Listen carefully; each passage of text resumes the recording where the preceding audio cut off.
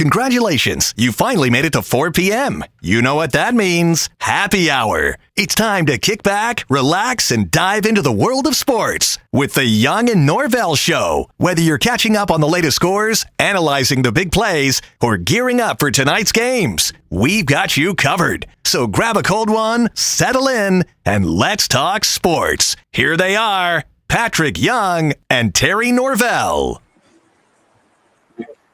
And a good Thursday afternoon to everybody out there. Glad you're hanging out with us here, the Young and Norvelle Show on a Thursday. Well, that means Sliders Oyster Bar. I am at Sliders. You can kind of see the flamingos, the famous logo, the pink flamingos right there on the patio. We've done it for a long time on radio. This is our first foray on our streaming here at Sliders, and we couldn't be happier. We do it 4 to 6. Glad you're with us. If you've been with us for a while and you came over, transition, great. If you're new to the show, we do it weekdays 4 until 6 right here on Action Sports Jacks. Terry Norvelle here. I expect a couple of people on site. I think Patrick is making his way down here. Patrick Young will join us in a little bit.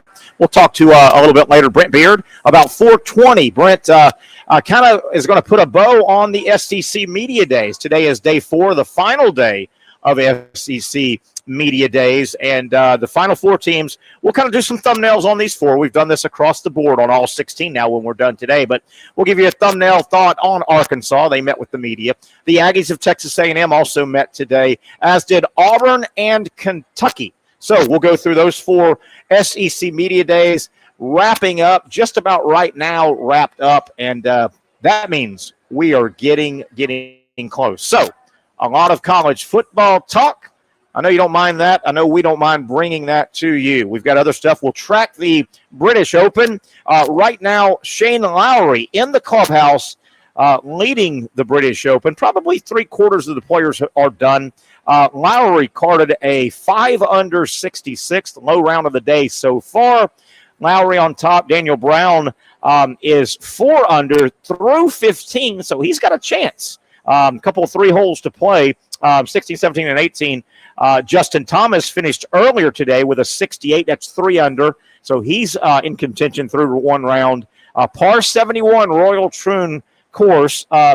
Looking around at some other names, we had some guys that bombed. We'll get to those in a minute. Scotty Scheffler, the best player in the world right now. He has won 6 times on tour. Scheffler in contention. He is 1 under 70. He's finished for the day. He has carded a 1 under 70. Remember, a par 71 course. Those are some of your leaders at the top. Also, Brooke Koepka, 1 under, one of my favorite golfers after watching that documentary on Brooks Koepka a couple of years ago. Now, in terms of the other end of the scoreboard, oh my goodness, Bryson DeChambeau coming off of his major win, plus 576 on the day. So DeChambeau's got a lot of work to do just to make the cut. And boy, is it time now to really, really start worrying about Rory McIlroy? Hasn't won in a long time, has kind of fallen out of the that group that we thought was going to be the next great post-Tiger group. Rory McIlroy, after his disappointing finish in his most recent major, Rory McIlroy going off earlier this morning at the British Open. How about a plus 778? Very, very difficult to make the cut. Rory McIlroy struggling, and you wonder what part physical, what part mental it might be with Rory McIlroy. We'll track the British Open as we go, of course. The final major now, the final major of the year, as they have kind of shifted around the majors, and now the British Open is the final one. So there you have it. We'll track that as some scores come in over the next 2 hours here on the program. College football, golf, other things we'll get to. We didn't dive into it a whole lot yesterday. I would like to, particularly if Patrick shows up. This week in sports history, back in 1941, this week in sports history, a lot happened. Joe DiMaggio's 56-game hitting streak was snapped this week, and that led us to, it's always a fun discussion, the 1941 baseball season, maybe as controversial as any when it comes to just 2 players and who had the better season. I've got all the numbers, and it's an appropriate time. DiMaggio won the MVP that year. Ted Williams hit 406. That was the famous last over 400 batting average in Major League Baseball. That still stands, as does the 56-game hitting streak. So I've broken all the numbers down. You can weigh in if you would like on was DiMaggio deserving of the 1941 baseball most valuable player? Imagine that. You're Ted Williams. You hit 406 for the season. 406 for the season. And you don't win MVP. You led the league in home runs. You were second in RBI. We'll get into that a little bit later. I want to get Patrick's opinion as well. We're going to play some Dead or Alive. Zach, I hope you're ready. Zach, can I check in with you? Are you ready, my man? Up? Yeah, I'll be ready to go. Dead or Alive. How you doing? You've never played, right? Well, no, we played it. Right? I think we did it last Friday. Kind of a little basic one, I think. Yeah. To give you the. But we're going to do it if Patrick gets here in time. We're going to do it, and we'll see. We'll see, Zach. And how's things going, man? How you doing? Pretty good. And when I think Dead or Alive, the first thing I think of is Bon Jovi. Is that singing karaoke? Is that like part of it? That's our theme music for it. If we've got a good producer, we might have that as our. I don't know. That means you got to like do things like before. You got to prepare ahead of time. That takes a lot of extra doing. Yeah. Here we go. I know on the radio side, our big-time radio producer, boy, if we said, okay, it's time to play Dead or Alive, you'd hear Bon Jovi, you know the song. But, hey, no pressure, Zach. Hey, yesterday, it was either yesterday or 2 days ago, we were so busy, we had a lot of topics, and you wanted to get your thoughts out, and I want to hear them. 2 days ago, I think it was, Brandon Ayuk from the 49ers, he's ruffling feathers again, saying, hey, man, it ain't working here. I don't know if he wants to be traded or just wants to get his contract. He may like it there. But this is the second time he and his agent have really come out and said, hey, man, I think a trade would be best. Certainly when this came up several months – you remember when it came up several months ago? And Jaguar Nation was saying, hey, man, get in the middle of that trade. Go get Brandon Ayuk. And I think that might have been before the draft even.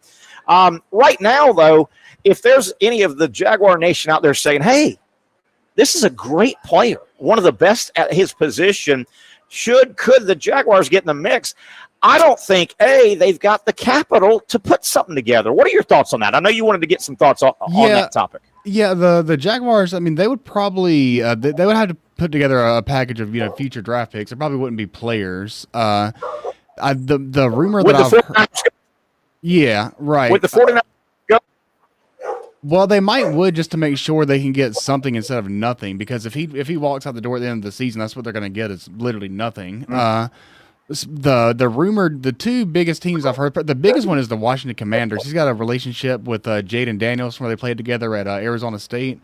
Okay. And then they've kind of gotten together on, I think it was Instagram Live or TikTok, something like that, and kind of alluded to the fact they would like to play together. And there's also been he's kind of hinted at wanting to play for Mike Tomlin and the Steelers as well. So those are kind of like the two biggest teams. But, yeah, I mean, the Jaguars, as far as putting their hand in the ring, I mean, they definitely should. They need a big outside threat as bad as anybody does. And, I mean, I differ on you. I agree with that part. I differ on you. I think the 49ers would want a ready-made player at a position of need for them and maybe a first-round pick or two.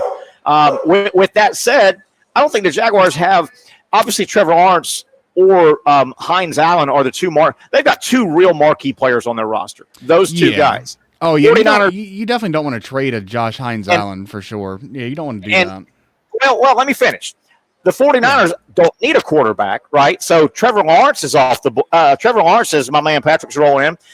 Trevor Lawrence is you can move that up a little bit there. Thank you so much. Trevor Lawrence is off the board because, the Jaguars aren't going to get rid of Trevor Lawrence, and the 49ers don't need a quarterback, which leads us to the second best player on the team would be Hines Allen, but I don't think you get rid of Hines Allen and at least a one.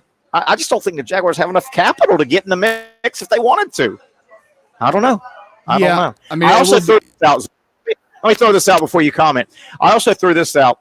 If I think you're three. Hey, buddy. Hey. How you doing? I'll tell you what, Terry. Oh, Zach. Zach, I tell you what. We have probably the highest amount of listeners right now. Really? Oh, because on 95 and I-90 in 295, Terry, no. it normally takes me It's a mess. 30 minutes from my house to get here. It said I was on 295, and it said 40 minutes still to get here. Really? And I'm like, wow, I hope everybody's okay. And we had some rain. Or five accidents on 95 South that's got a lot of backup. Yeah, my mom, she literally called because she knew I was leaving the house. She said, do not go 95 South. Wow. So I always take 295 to get Sorry up there. Sorry to hear that. Yeah, Thank you so much, and I hope everybody's okay. But, yeah, sun's out here, but it came down pretty good about an hour ago, so it's probably in town. We're talking with Zach about the proposed trade. And, Zach, let me finish off. Proposed trade? Well, Brandon Ayuk is out there ruffling feathers again. Mm-hmm. Have you watched Receivers on Netflix yet? It's really good, man. I heard I've seen all but the last two. Well, let me finish. I'm trying to throw this out. Okay, not getting rid of Lawrence. He's needed here. Not getting rid of Hines Allen. The only other thing that could have worked in the Jaguars' favor, I think, would have been had Travon Walker had he already taken the next step. If he's not quite proven, then you could say, hey, how about a trade? Because the 49ers might say, okay, we need to replace Armstead. Didn't they lose Armstead too? Yeah, but even then, it feels like they really just want a salary dump for Brandon Ayuk. So yeah, it feels like that they really probably just want future picks. But man, I think the 49ers, if Ayuk is truly on the board to the rest of the NFL, I think they will get they will say, what do we need? We want a starting cornerback, or we want a starting left tackle. I think they would get that and a pick. I think Ayuk's one of the 5 best receivers really out there. Yeah, he's top 10 for sure. There could be other teams that could offer him something like that, and the Jaguars are not one of those. And if another team did, they would definitely be on the outside looking in for sure. So I think Brandon Ayuk is, in comparison to Debo, Kittle, potentially Ricky Pearsall, and Christian McCaffrey, he's not a guy that they've schemed around. Yeah. They run a lot of sweeps with Debo, all these misdirections, so much that you can do with Christian McCaffrey. And I'm not taking away from the greatness of Brandon Ayuk at all. Yeah. Because he had a phenomenal year picking up for just space. All you knew was Kittle, Debo, and you're like, all right, who else? And, I think he's, for his own personal career, in terms of getting that contract, I think he's making the right decision. But as far as going someplace to win right away, he's on arguably the best team in the league. 1-2. Some people say this talented team in the league. Most talented. Most talented team in the league. They got it. If they're not, they're like 2 or 3 for sure. Staying on that, franchise tag them. Staying on that team. What an odd situation, because enough information is not coming out. Ricky Pearsall. Yeah. People are saying it's a serious injury. People are saying maybe not so serious. People are saying it's a non-football injury, but nothing much is coming out about Ricky Pearsall, their first-round pick at receiver. Have you heard that? Ricky Pearsall is banged up and on, I think, on a temporary injured list. But he's on the non-football injury list. Yeah, non-football injury list. So there you have it. Zach, stay on here. I want to go ahead and set more about the show. Patrick Young, we need, and you don't say this all the time because it's taboo in sports. We need, and Zach, we need a hero. We damn sure need a hero. Zach, and you can help us. Patrick and I, it's getting close. Do you know the college guys hit the field in about 2 weeks? Oh, yeah. The NFL, the rookies report tomorrow, and the Jaguar veterans report the 23rd. Patrick Young, we need our gambling guy. We got to put our gambling thing together. Well, Patrick and I don't know anything about gambling. Yeah. Well, I think we need a gambling guy. I think what type of gamble are we talking about here? Oh, well, so Zach, this is what Terry and I proposed. He and I are not gamblers. We don't. We'd probably do a friendly wager with $5 occasionally. That wouldn't be something that we look to do. I haven't touched that. Haven't even done that with a friend. So we wanted to both of us get $100, right, and go against each other throughout the season. Zach. Go out through the season. And we're going to be making $1, $2, $3 bets. $5 bets. To see we want to see where we're at the end of the year. Yeah. I mean, are we flat broke? Yeah. So Patrick and I both, as he said, want to throw in $100 each. We're not going against each other. We're just probably what are we going to say? 2 or 3 a week, and I think it can be NFL or college, whatever you think. And you may say, okay, I'm putting 5 on this, 10 on this, and 2 on, Yeah. And I mean, I may be flat broke in 3 weeks, or I may be that 100 maybe 400. We just want to see what's. But how do we do it legally and real and set it? I don't know. Is there a thing that you can, you got prop bets, you got, win loss over under. Yeah, I think we don't even worry about that. Just whatever you feel inclined to do. I don't know how to do it though. Yeah, I don't know how to do it. We can just do win loss. I mean, kind of showing how the sausage is made here, but there is one in-state betting app that is legal, the Seminole Hard Rock app. I think, Patrick, we should run it through a system. They need to advertise. Patrick, I think we should run it through a system. They need it more than the big guys do. Yeah. Nobody's listening to me, but I think we should run it through some of these things you can sign up for, the app, Zach. Not just a guy, but I want a guy who has an app now. If somebody knows how to do it, they can guide us through. Okay, Terry, go on. You and Patrick go on this line. Pick your name. Put your money in. I don't even know how to put the money on. What do you do? I don't know. I'm not a gambler. Gosh darn, I'm just a boy. You sound like a weak link right now. I'm just a girl. Like. Who is that? Gwen Stefani? I'm just a girl. Oh, here we go. Here we go. And I did it. I was listening to Blake Shelton and Post Malone on the way over here. Oh yeah, yeah. They got a good one. Malone, yeah. What I know of Post Malone's song, I know he's the tattooed guy. And they say he's a good dude. Oh yeah. I saw him perform at Lynch's. Yeah. Here. You did? I did. Before he became. No, he was still that guy. He big? Was he big? He must have been at the Veterans, and then he came back. Then he came back to Lynch's to do. He didn't do any of his stuff. He just did because he's an artist that does. So he's really talented. Many instruments that he can play and whatnot, and he just was like rocking and rolling. Okay.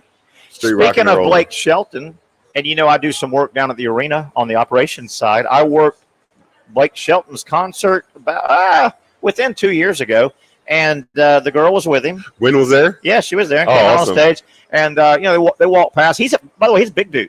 He's all of 6'4". Really? He's a tiny little girl, and she's pretty. And she is pretty, but I don't want to say this because I don't want to be mean, but she had the makeup on now.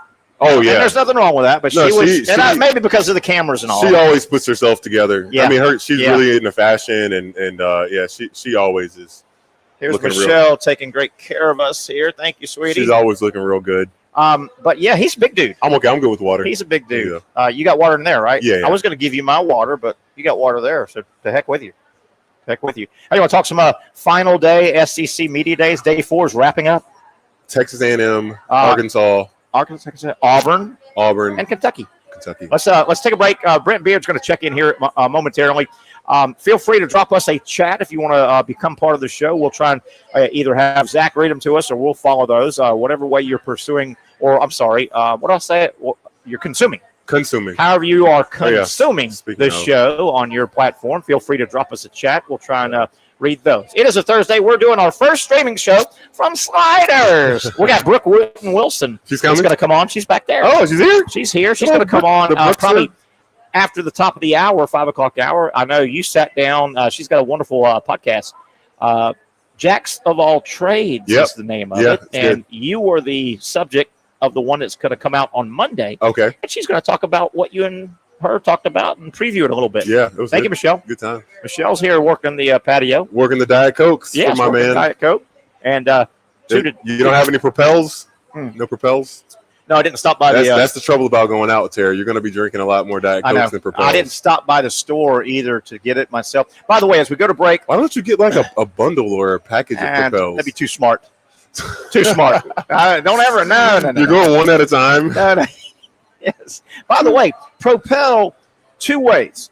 It's hard to find just physically in the store. They don't get a lot of space. I love it. And then when the COVID thing hit and supply, man, Propel was gone. I had trouble. They really don't. They don't advertise as much as Gatorade. I like it. It is a Gatorade product, right? It's a Gatorade product. Yeah. Let's take a break. Brent Beard should be checking in with us any moment. We're talking final day SEC media days and anything that has broken today in and around the world of college sports, college football. And again, we'll keep tracking you folks on the British Open. Boy, tough day for DeChambeau and Roy McIlroy. 7 over 78. Ooh. Coming off that disastrous final day. Both of those two.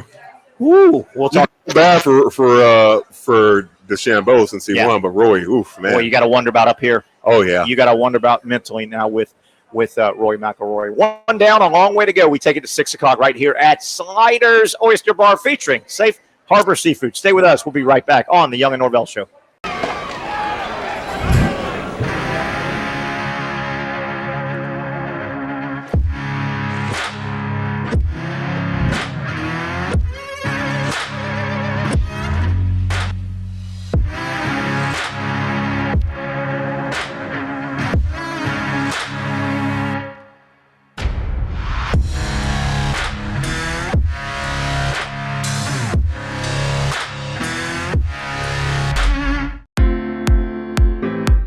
At Southeast Orthopedic Specialists, we know pain and injuries can stop you from doing what you love.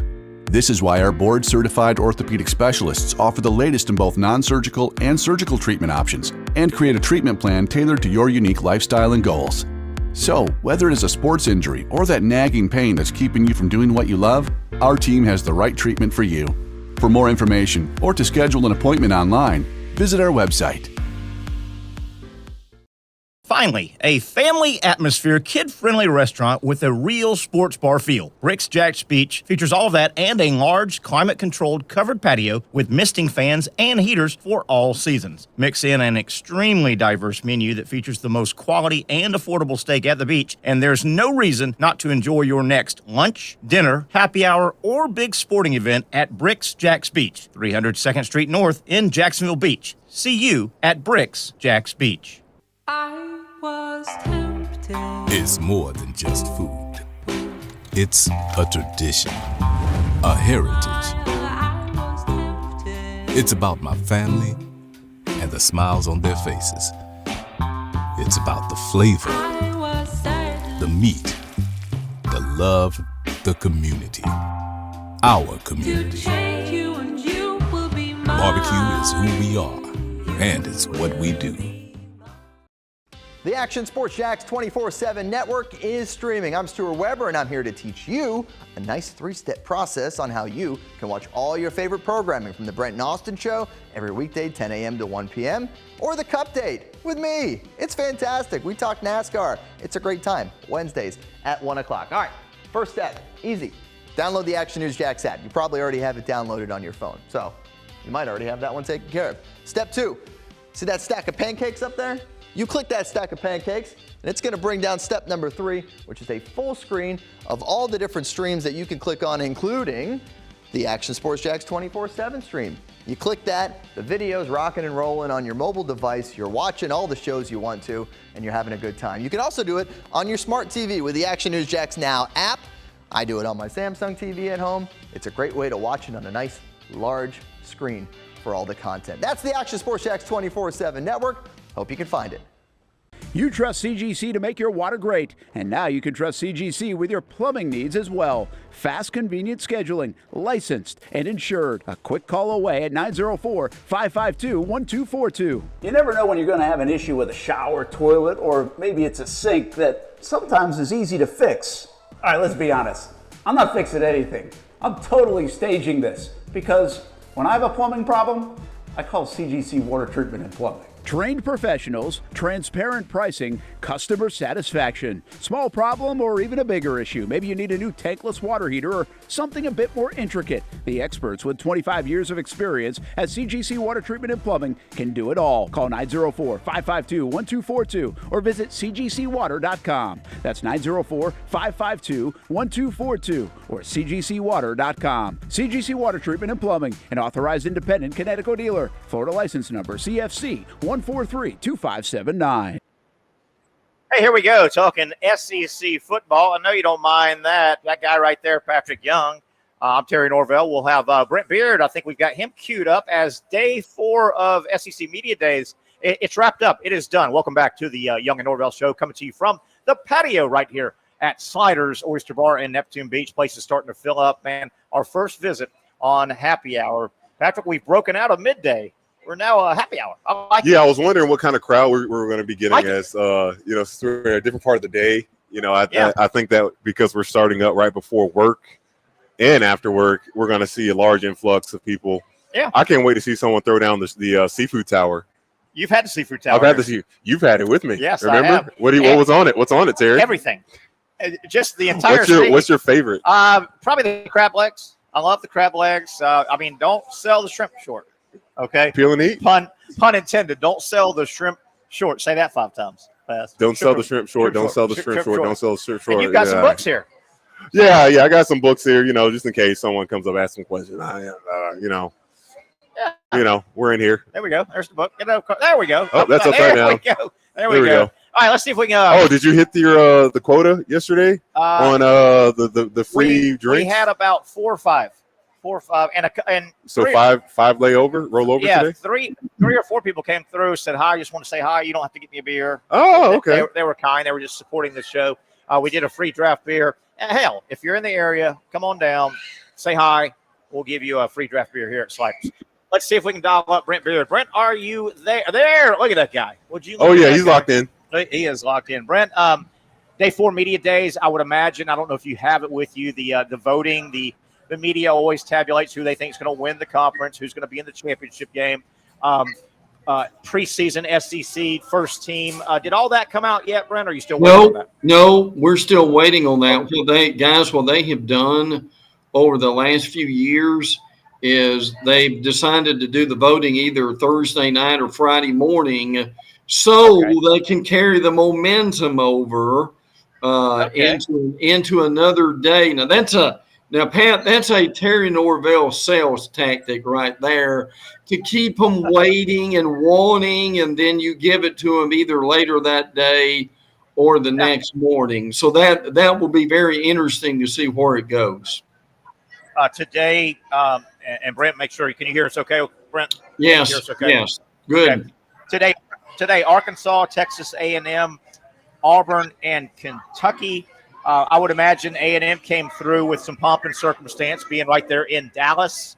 And A&M probably wanted to show up Texas a little bit. Texas already rolled through, right? Yeah, without a doubt. I mean, I can't lie to you. There's been a few coaches up there that I'm just like, maybe this is just them trying, they hate the media and stuff. And, they, different, Jeff Levy didn't really just energize me and think, Mississippi State, and then our guy with A&M, whose name Mike Elko. Mike Elko, yes, there we go. Sorry. Yeah, I'm just like, I'm just kind of, Sam Pittman, it's, what's going to be up with Arkansas coming up this year. Pittman's a have a beer guy. He is a have a beer guy. He's a have a beer with guy. He's not a sitting him in front of the podium, the camera, or the microphone guy. That's just not. That wasn't Ed Ogeron. No, I mean, at the rights after wins, of course. Brent Beard, let's start with Arkansas. This can be quick. Speaking of Pittman and Arkansas, I think this is the last hurrah. I don't like anything about Arkansas's team this coming season. I love Pittman. I think he's a wonderful offensive line coach.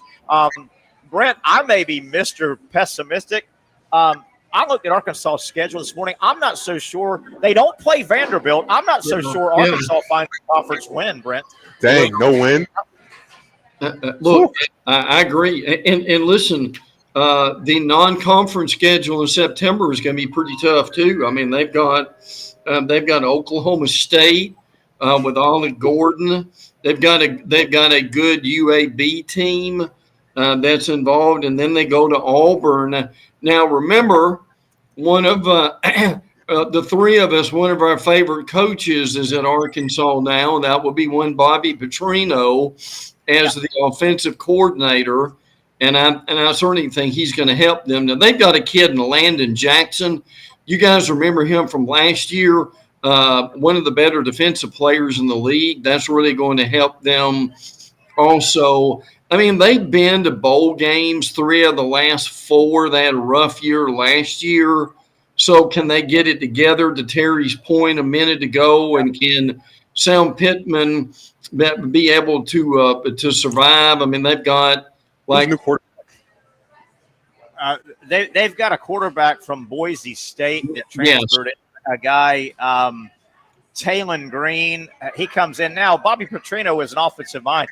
Brent, I don't think they have anything. I think Arkansas is – I mean, they were 4-8 a year ago. 3 of their wins were Western Carolina. That's Kerwin Bell's team. Kent State, FIU, and inexplicably they beat Florida in Gainesville for guys. Yeah.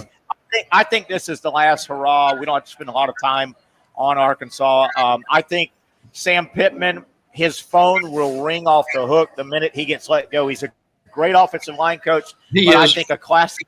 I think he's a classic. Every guy's not supposed to be a head coach. Yeah. Well, yeah, great success second year in Arkansas. I mean, they beat everybody in terms of the rivalries, got to a bowl game. It's just, I think they got the wrong offensive coordinator for KJ Jefferson. Because how does a guy drop off that much? Being a veteran, I just don't get how those miscues and miscommunications or philosophy, like how does he know as a head coach that style is not going to be best for his guy? I just don't get it. I think it's going to be, and again, we'll get off Arkansas. I looked 3 or 4 times. They do not play Vanderbilt. Arkansas could go 0 for the league. I think Arkansas and Vanderbilt could both go 0 for the conference. Where they struggled, guys, last year was, to Patrick's point, is KJ Jefferson, A, was overweight. B, their offensive line was awful. And Pittman says the offensive line is better. He said Taylor Green was basically recruited by Bobby Petrino. So could they be better? Yes. But to Terry's point, Pittman, and look, let's think about this a minute, guys. Your dream is to get a job coaching in the SEC for 3 or 4 years. If you can do that, you're probably set financially the rest of your life, and you can be an assistant if you need to. And if all fails, that's what Pittman did. Yeah, absolutely. Let's move to Auburn. I, to this day, have no trust in Peyton Thorne, the quarterback. He had flashes. No. He took off. You don't think he can make a huge jump? I mean, he had flashes. Keon Coleman made a huge jump from Michigan State, you know. He was, I thought, average at best at Michigan State before he came over. Yeah. I have no trust in Peyton Thorne. I do have trust in Hugh Freeze. The guy can really coach. Yeah. He can really coach. Auburn had no business being in the game with Georgia last year. They nearly won it. They had zero business being in the game with Alabama and should have won it. He can coach, but I don't know if Auburn, they're replacing their receiver room. It was terrible last year, their receiver room. Coleman, if he's as good as everything. But Auburn, I will say this. They could easily be 4-0. You talk about a schedule right out of the gate. Let me pull it up real quick. Auburn opens up Alabama A&M, California, New Mexico, and Arkansas before Oklahoma. Yeah, I think they could be a fool's gold 4-0. But absolutely. I think Freeze is going to do big things if they give him enough time. Yeah, and that's going to be the key. He's got to overcome the recruiting or lack thereof from Gus Malzahn and also Brian Harsin. What they think their strength of their offense is a running game, frankly, and it very well could be. Jarquez Hunter, guys, is one of the better running backs in the entire league.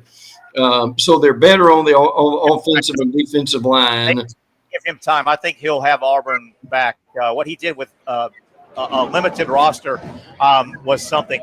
Patrick, real quick, you might have heard when we first opened up the show, we heard a little dogs are very welcome here at Sliders. Ruthie's on the patio, and Ruthie's Masters are big Oklahoma fans. And I'm going to tell you about Oklahoma here. Boomer. They've got a great football history, right?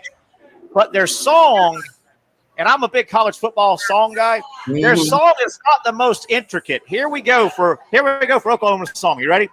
Boomer sooner, boomer sooner, boomer sooner, boomer sooner, boomer sooner, boomer sooner, boomer sooner. Da, da, da. Okay, what are we going to do for the next chorus? How about boomer sooner, boomer sooner, boomer sooner, boomer sooner? Brent, that's the whole song. That's it. And then they got the Wild West stagecoach guy running out there. That's cool. I like that. If he doesn't tump over, that's happened before. I tell you, hey, when you get a good hook, they say in music, when you get a good hook, you stick with it. I expect nothing less for the University of Oklahoma that goes by OU to not probably get things wrong there. So the SEC is. Let me get on camera here. We're talking to our Oklahoma fans off camera.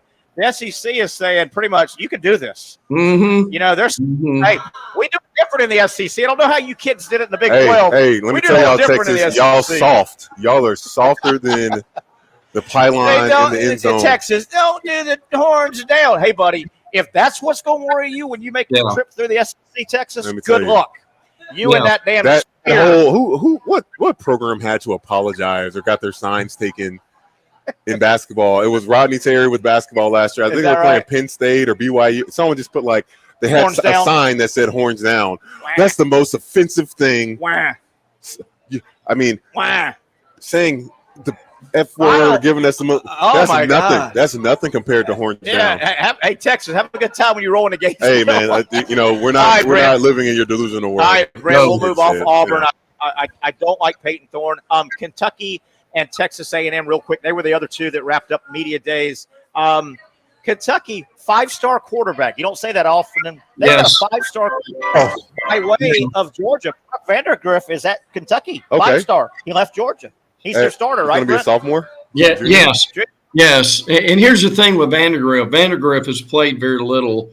I mean, he has 120 total yards, and he really is played the equivalent of a little bit, but that's about it.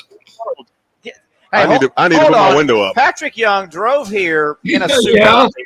He's talked about He's talking about the rain, and now he's going to go put it. How did you not know to put your window up? Ask Brooke to put it. Holy cow, Brent Beard, this is what I'm dealing with.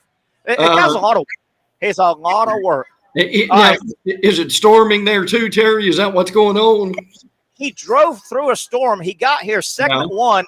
He was going, oh, my God, it's storming like crazy. How do you not put your he's out of control. The guy, you guys, his mother's the only one that agrees with me. He's a lot of work. Brent, he's a lot of work, I tell you. All right.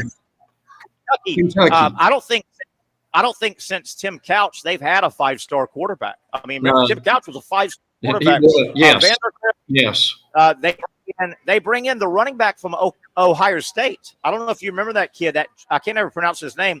Trainatham Chip, pretty good running back. They're known for running the ball. I love two of the receivers, Brown, Key, or Big Time.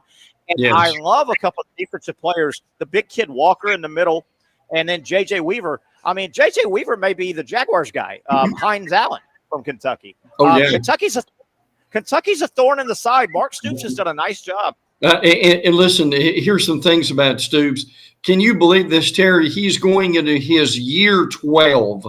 He is the dean of SEC coaches. Right. And look, only in SEC history, only 19 SEC coaches have been there for 12 years or more.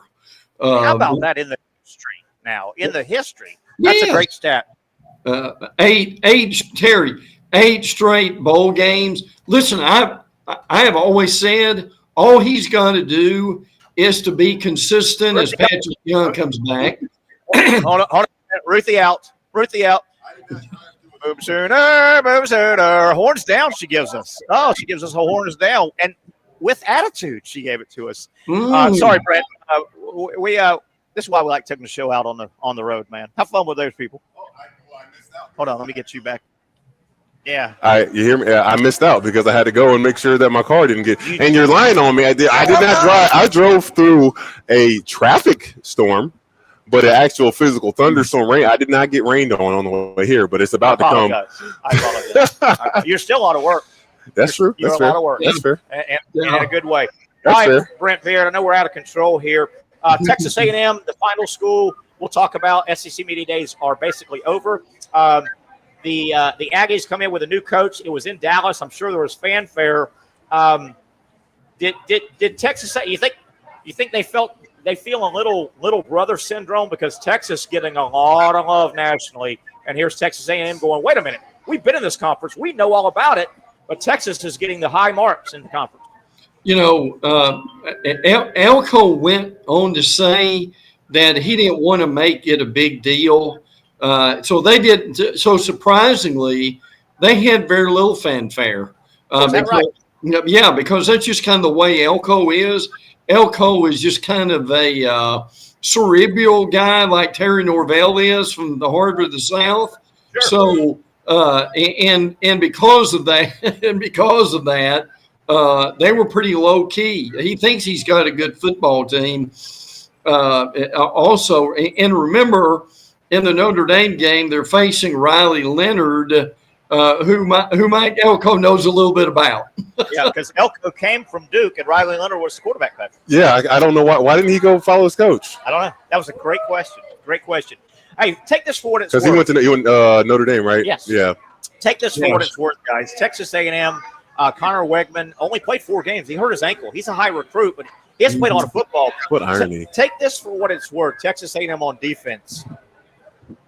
We know how bad Florida has been on defense for the last couple of years. I haven't noticed. Yeah. Do you realize, Brent Beard, right now, 2 former Gator defensive players are scheduled to start for A&M. Prince. Scooby Williams, the linebacker, and Jadon Hill. Jadon Hill? Oh. I thought Hill could play a little bit. I don't think Scooby Williams could play out of a wet paper. And they're supposed to start? They are scheduled. Brent, I'm showing them as starters for A&M now.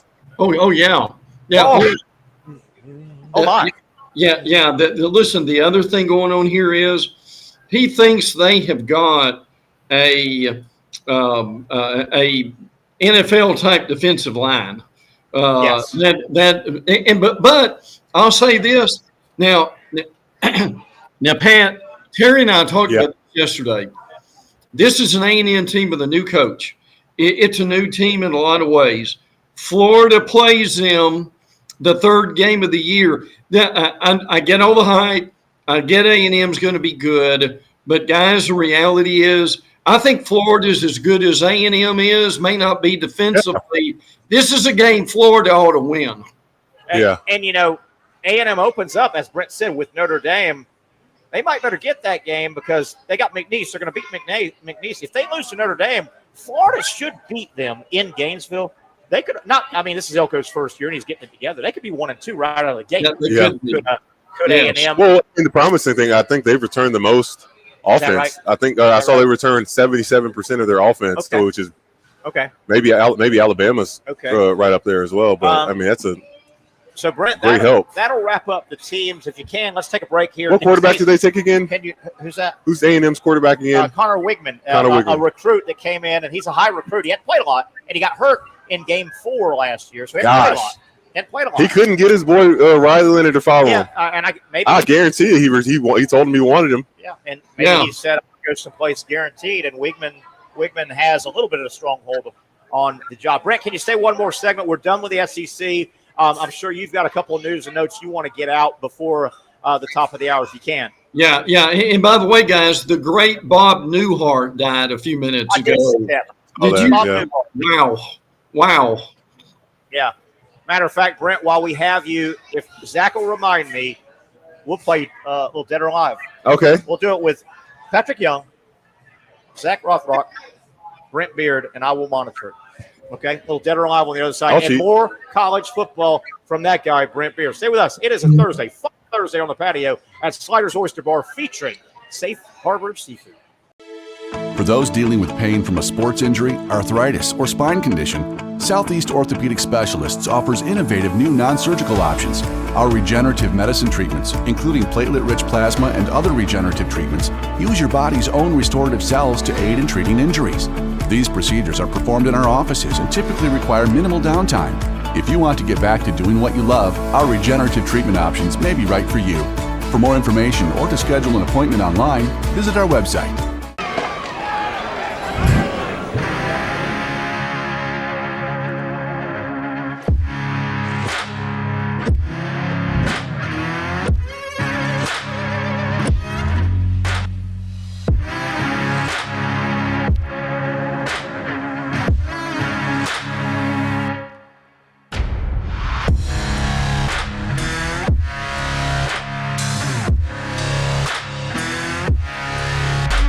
Finally, a family atmosphere, kid-friendly restaurant with a real sports bar feel. Rick's Jack's Beach features all of that and a large, climate-controlled covered patio with misting fans and heaters for all seasons. Mix in an extremely diverse menu that features the most quality and affordable steak at the beach, and there's no reason not to enjoy your next lunch, dinner, happy hour, or big sporting event at Rick's Jack's Beach, 300 2nd Street North in Jacksonville Beach. See you at Rick's Jack's Beach. I was tempted. It's more than just food. It's a tradition, a heritage. I was tempted. It's about my family and the smiles on their faces. It's about the flavor, the meat, the love, the community. Our community. Barbecue is who we are, and it's what we do. Hey everyone, Olivia Tasley here from Action Sports Jacks to tell you all the different ways you can watch our new 24/7 network. 3 easy steps. You don't even need a pen and paper to write it down. Step number 1, download the app. Search Action News Jacks in your app store either on your phone or your smart TV. Then, once you're on the app, click on that little drop-down menu in the upper left-hand corner with the 3 little lines. That'll show you these options, and boom, right here, click Action Sports Jacks 24/7, and you will be brought to our continuous stream channel.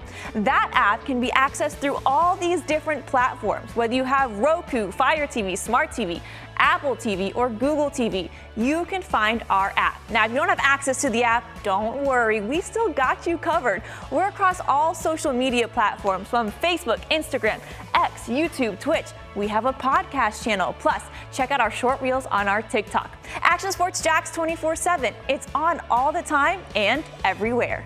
It's a new logo, new branding. With Bold City Heating and Air, it's an old school approach. One of the few locally owned and operated air conditioning businesses left in Jacksonville. It's hot, Florida in the summer. You can't do much to avoid it, but you can keep cool with Bold City Heating and Air. It's every customer counts kind of service, from when these trucks have pulled up to my home over the last couple of years and when they pull into your driveway as well. From communication to pricing to the actual service, everyone at Bold City Heating and Air cares about you. You know who's coming to your house. You know they will be well trained, and they will respect your home.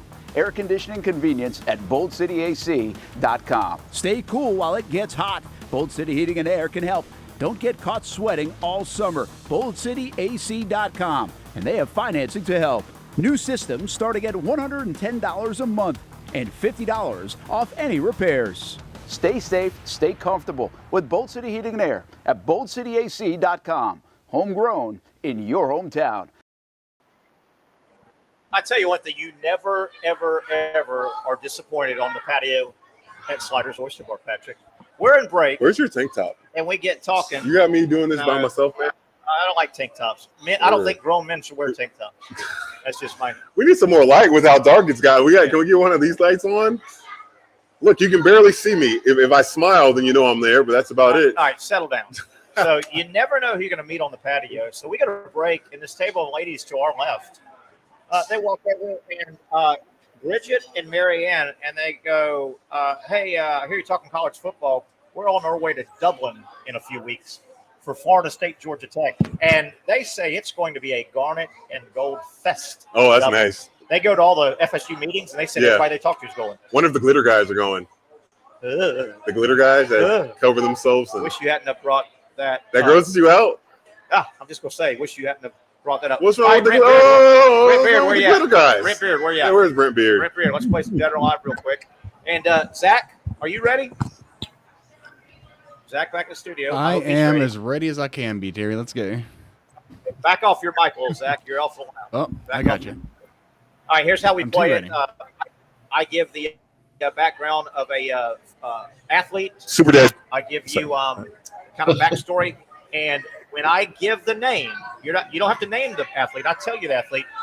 Quickly, we're going to go around. Patrick, Brent, and Zach. You got to go quick because we don't want you looking it up. You tell us, is said athlete dead or alive? Okay, here we go. Backstory. This former NFL player, wide receiver, was an All-American at Southern Cal, first-round draft choice in 1974, four-time Super Bowl winner, one-time Super Bowl MVP, College Football Hall of Fame in 1993, Pro Football Hall of Fame. So this was a great player. He's alive. 1970s NFL All-Decade team. Patrick Young, quickly, I tell you, I give you, wide receiver Lynn Swann, dead or alive? Ooh, good. Quickly. Alive. Brent Beard, Lynn Swann, dead or alive? Alive. Yeah. Zach, The great Lynn Swann is alive. I've seen him. He's a sideline reporter for, I think, the Pac Network or something like that. There you have it. 3 people have said alive, and I am proud to report that the great Lynn Swann, one of the more majestic, one of the more graceful receivers in the history of football, is happily alive at the age of 72. Very nice, fellas. There we go. I had a Lynn Swan jersey. You did? Back in the day, yeah. Oh, was he? Yeah. And Zach, you're probably too young to really follow him or Oh, I know. I'm a really big Steelers fan. I know all about Lynn Swan. He's before my time, but I've seen the highlights. I saw his 4-catch game in the Super Bowl. They were all like 40+ yards. Oh yeah. Yeah. Just majestic. And Brent, he made the highlight catches too. He caught all the passes, but he made the game-winning highlight catches. What a beautiful receiver he was. The great thing about Swan was there was no way you could, and I'm guessing Patrick's played against guys like this. There was no way you could emulate Lynn Swan in practice. He was better than anybody on the field. Listen, when they didn't throw to him, they did the other team a favor. And if they didn't throw to him because he was so good, the Steelers had a guy named John Stallworth on the other side. Yeah. Oh yeah. Yeah. John Stallworth on the other side. Good job, guys. Brent Beard, college football news and notes. Are there any nuggets that What you got from the last few days, or anything hanging out that you need to know? Well, the number one thing that to me that came out of it was that there's still a lot of talk about going to 9 games as far as the SEC schedule is concerned. That's probably going to be in 26 when they do it. I don't think they're going to do it now. They've got to vote on it, but it's just too much money involved with it, and that's the reality to it. So that's happening. Another thing that happened that kind of went under the radar is the haves and the have-nots are dividing up. What they're talking about now is to have, if you can believe this, not one Division I, but 2 Division I. How about that? That I don't know if they know if that's what they want to call it or not, but that's basically what it's going to be. I don't get that. What does that mean? Does anybody know what that means, Brent? Say that again. 2 Division I's, but one of them will be the big one and one of them will be the small one. Oh, you're talking with the power group of 5. Group of 5. Yeah. Yeah. Well, it's now down to group of 4. And frankly, Pat, it's really group of 2 is what it amounts to. And look, people may not have heard this, but the Alabama Board of Trustees meets tomorrow. I want to throw this out to both of you. Okay. All right. The field is going to be named in Nick Saban's honor at Tuscaloosa in September the 7th. Now, here's my counter to that. I think he did enough for them. They ought to not only put his name on the field, I think they need to put his name on the stadium. I tell you, man, Brent, as you know, with Alabama's history, I mean, they're going to end up having Bear Bryant Field, at Gene Stallings Field, at Nick Saban Field, at some guy that I can't remember from the 40s field. I mean, I don't think Saban would want that. Alabama, the field for sure. Alabama is a program that if they wanted to, they could have the problem that the New York Yankees have with numbers. Yes. The Yankees retired so many numbers, they have very few numbers available. I know. And and I think they're still staunch on not bringing them back because they're going to have to start. I was surprised when Graham Mertz wearing Tebow's number. I was surprised at that one. I mean, 15 should never be worn. I agree. Absolutely not. Not in Gainesville. Not in Gainesville. Brent, overall, media days in Dallas seems like a rousing success, and it was the right thing to do for the SEC with the 2 new members. And it's not in Oklahoma, but I mean, being in Texas is a nod to Oklahoma. I mean, they're right there in the same neighborhood. That was the right thing, wasn't it? I think so for this and mixing it up. There's critics of like it needs to be in Birmingham. Sure, whatever. It'll probably be in Birmingham next year. But there's something that we all are going to watch, all are going to look forward to and hone in, especially with the excitement around 2 new teams coming in. And I mean, I don't think it's something worth criticizing. They should have been in Birmingham. Brent, you reported though it's been announced next year it's going back to Atlanta. Is that right? Yes, it's back to Atlanta. What I'll be curious about after that is would they be going back to Nashville or would they be going back to Hoover? That's what we don't know. Brent, you also made a great point that if there's more expansion, and I think there will be, yes. the SEC's at 16. They have 16 programs.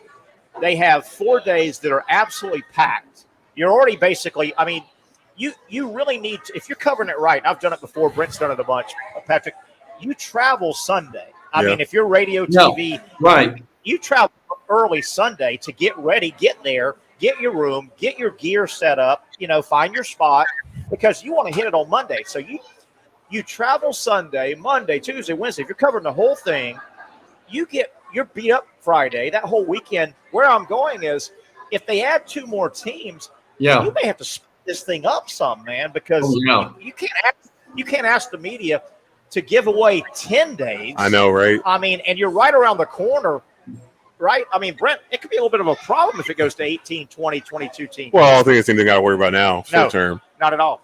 Not at all. Well, and listen, guys, the Big Ten is going to be there before the SEC. I mean, the SEC's at 16. I still think in about 3 or 4 years that they'll be at 18. But, guys, the Big Ten probably is going, along with Florida State, by the way, the Big Ten's probably going to be at 20. Now, if you're – now think about this a minute. If you're at 20, is your event going to be Monday through Friday? It has to be. I mean, that is a it has to be Monday through Friday. That's a hell of an event. It is. You're asking a lot for, I mean, just the expense for these radio and TV I know, right? Yeah. And does the SEC not get like a discount for these guys or something, man? But you say, well, wait a minute, you can just, if you're Florida radio or TV, just go for the Gator Day. Well, a lot of these states now have multiple teams, there's no guarantee that Texas is going to be Monday and Oklahoma is going to be Tuesday, or Texas A&M is going to be Tuesday. Right. And if you're really into it, if I went out there, I would try to stay 3 or 4 days. Yeah. I don't. But the expense of doing that, if it goes to a full week, I know. Man, it is. I think it has to, man. It has to. Maybe they can mix up some things so part of it can be virtual. I don't know, maybe. but you wonder, Pat, if that might be the answer one day too. Brent, I want to wrap up this hour with this. You were on, and you are on a lot of shows, radio, TV. You've done it a long time. You've got a lot of connections. I bet you have been on a ton of shows and a bunch of Gator-related shows this week. Can you tell from the shows you've been on what the tenor, what the feel of the Florida group that went through? Did you get a feeling that it was a tight group? It was a, you know what I mean? You could kind of tell. I've been out there before. You could tell when coaches know they're walking the plank or know they're hot. You get a feeling that the Florida group felt tight at all, Napier, in that group? I think no. I think they weren't. I think they're more confident. And I'll say this, I'm hearing from more media, and I'm really curious what you guys think about this, but I'm hearing from more media, this team's going to be better than we think it is. I'm leaning that myself. I just said that the offense is going to be really good. The defense, I think, is going to be better with Ron Roberts. D-line, have they gone to a level I'm not even going to say elite level because I don't think anyone's expecting playoff. But is it going to be good enough to keep them in games where, it just would be great for the only thing that we can say, they just are better instead of blaming management or time call, And, Billy Napier, this is no knock on him, but he's so vanilla. I don't know if you would be able to tell if he's tight, Billy Napier, irritated. I know.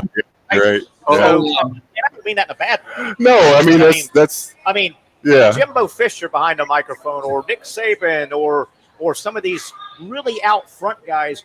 You could tell guys, and I've been there when guys are rolling through, and they are on the hot seat. When they're there, they're surly, and their hackles are up on their neck. Yep. I don't think you'd be able to get a good read on that. Yeah, you're absolutely right. He's just and listen, my question to both of you is, and I think I know the answer to this. The typical Gator fan, if you knew they could be 7-5 right now, or even 8-4, would they sign a contract for that as we speak? Well, I think they would. I think they would. Brent, good job. I appreciate you coming on all 4 days in a row with Media Days. Certainly, we'd love to have you as much as we can. You've been a big part of this show as we've transitioned to streaming. Wonderful job. Catch your breath because, oh, by the way, it's just really starting. That's right. Oh, yeah, absolutely. Hey, good job. We My pleasure.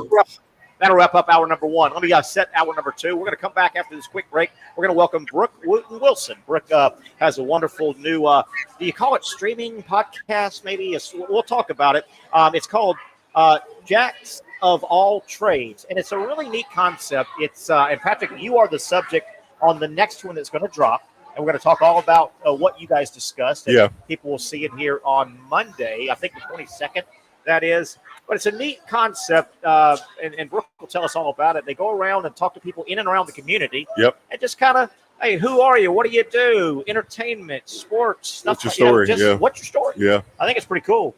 And I really enjoyed it. Yeah. It's great. So great we'll questions. talk about that. Lead things off. We'll talk some sports with Brooke as well here. We're going to step aside real quick. One down, one to go. The Young and Norvelle Show coming to you, of course, from our Thursday home, Sliders Oyster Bar, featuring the Safe Harbor Seafood. Finally, a family atmosphere, kid-friendly restaurant with a real sports bar feel. Bricks Jack's Beach features all of that and a large, climate-controlled covered patio with misting fans and heaters for all seasons. Mix in an extremely diverse menu that features the most quality and affordable steak at the beach, and there's no reason not to enjoy your next lunch, dinner, happy hour, or big sporting event at Bricks Jack's Beach, 300 2nd Street North in Jacksonville Beach. See you at Bricks Jack's Beach.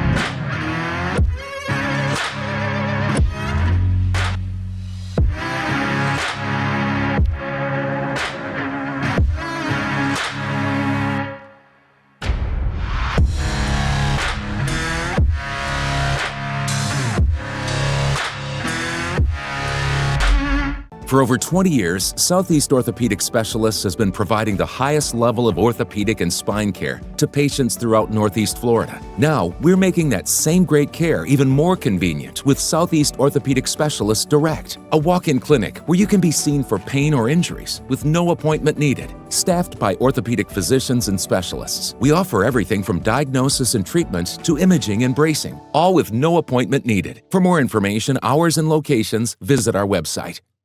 I was tempted. It's more than just food. It's a tradition, a heritage. It's about my family and the smiles on their faces. It's about the flavor, the meat, the love, the community. Our community. Barbecue is who we are, and it's what we do. Hey everyone, Olivia Tasley here from Action Sports Jacks to tell you all the different ways you can watch our new 24/7 network.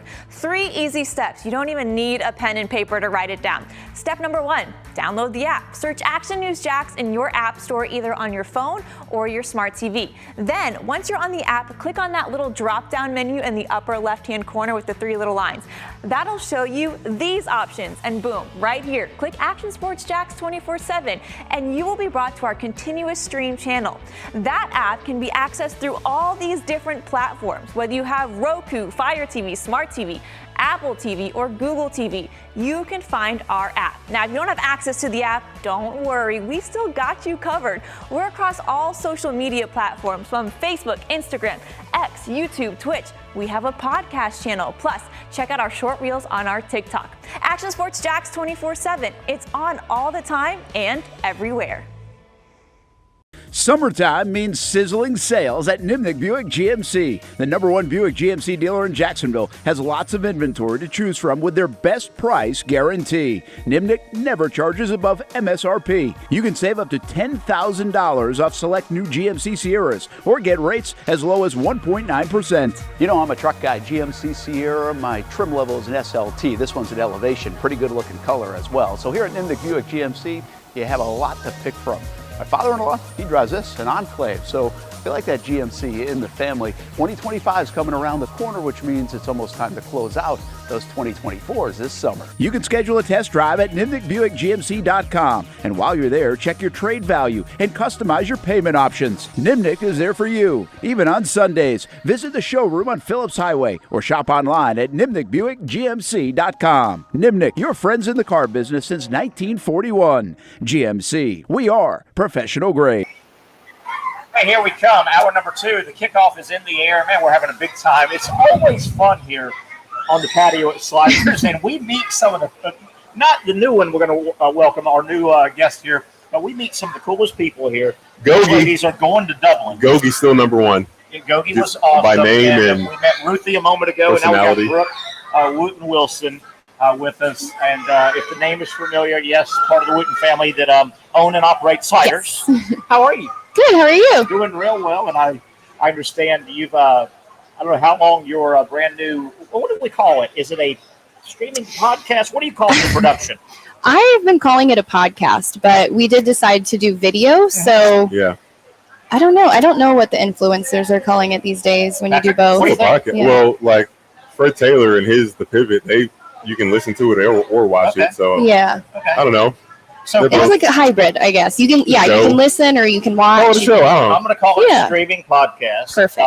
And Brooke, it's been going on several months. Jacks of all trades, if I've got the name right. Talk about the concept. How was it born? And we'll talk about who's the next subject coming up on the next drop. But talk about how this idea was born. Sure. So I have been a Jack's native my entire life, a local of the Beaches area specifically. And I was just really inspired by the community and how people really go back generations here and they're all so close. And I just wanted to find a way to dig deeper into those stories of some of these people that I know and that, you know, maybe I don't know. And I was really inspired by, especially my dad. He's a fantastic storyteller. I think you can attest to that. It's wonderful. And so that was kind of where I started. And I was like, well, you know what? He's telling some really cool stories about the surf and skate scene is kind of where he fell under. So that's where I started. And I wanted to know more about that. So my brother got one of your brothers. Yes, There's one a of few them. I don't know what I don't know what he calls it, like a degree or like some type of certification in audio engineering. And I was like, this was kind of working out for me because I have something I want to plan here. But I still didn't really know how to, get people to tell their stories. And so then I've spent the last, year or so in grad school just trying to learn about interviewing and storytelling. And I ended up finding out, as I told you, Patrick, that storytelling and interviewing really go hand in hand. Yeah. And the best way to interview somebody is actually to interview in a way that gets them to tell their story. Sure. Yeah. And so I was so inspired by that. And I spent a lot of time with a professor at UNF. I'm going to shout her out, Dr. Sindelar. Now, you're a UF grad. Yes. But you went and took something at UNF? Yes. Okay. Yeah. Go ahead. I'm sorry to cut you off. Oh, no, of course. And so she helped me kind of start creating a platform for this podcast where I could start diving into the Jacksonville community specifically.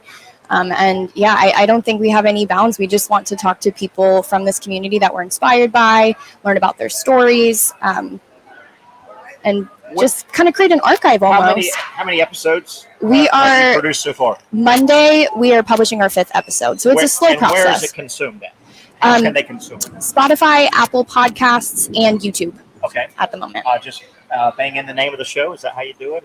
Yes. Jacks of All Trades, the podcast. JAX. Jacks of All Trades. That's kind of like my my personal email, TN Sports Jacks. Yep. JAX. Yep. We'll talk about your next subject. You'll drop your next episode on Monday. Yes. And you got this guy. You guys talk about it. Y'all, I don't know when you filmed it. Y'all talk about it.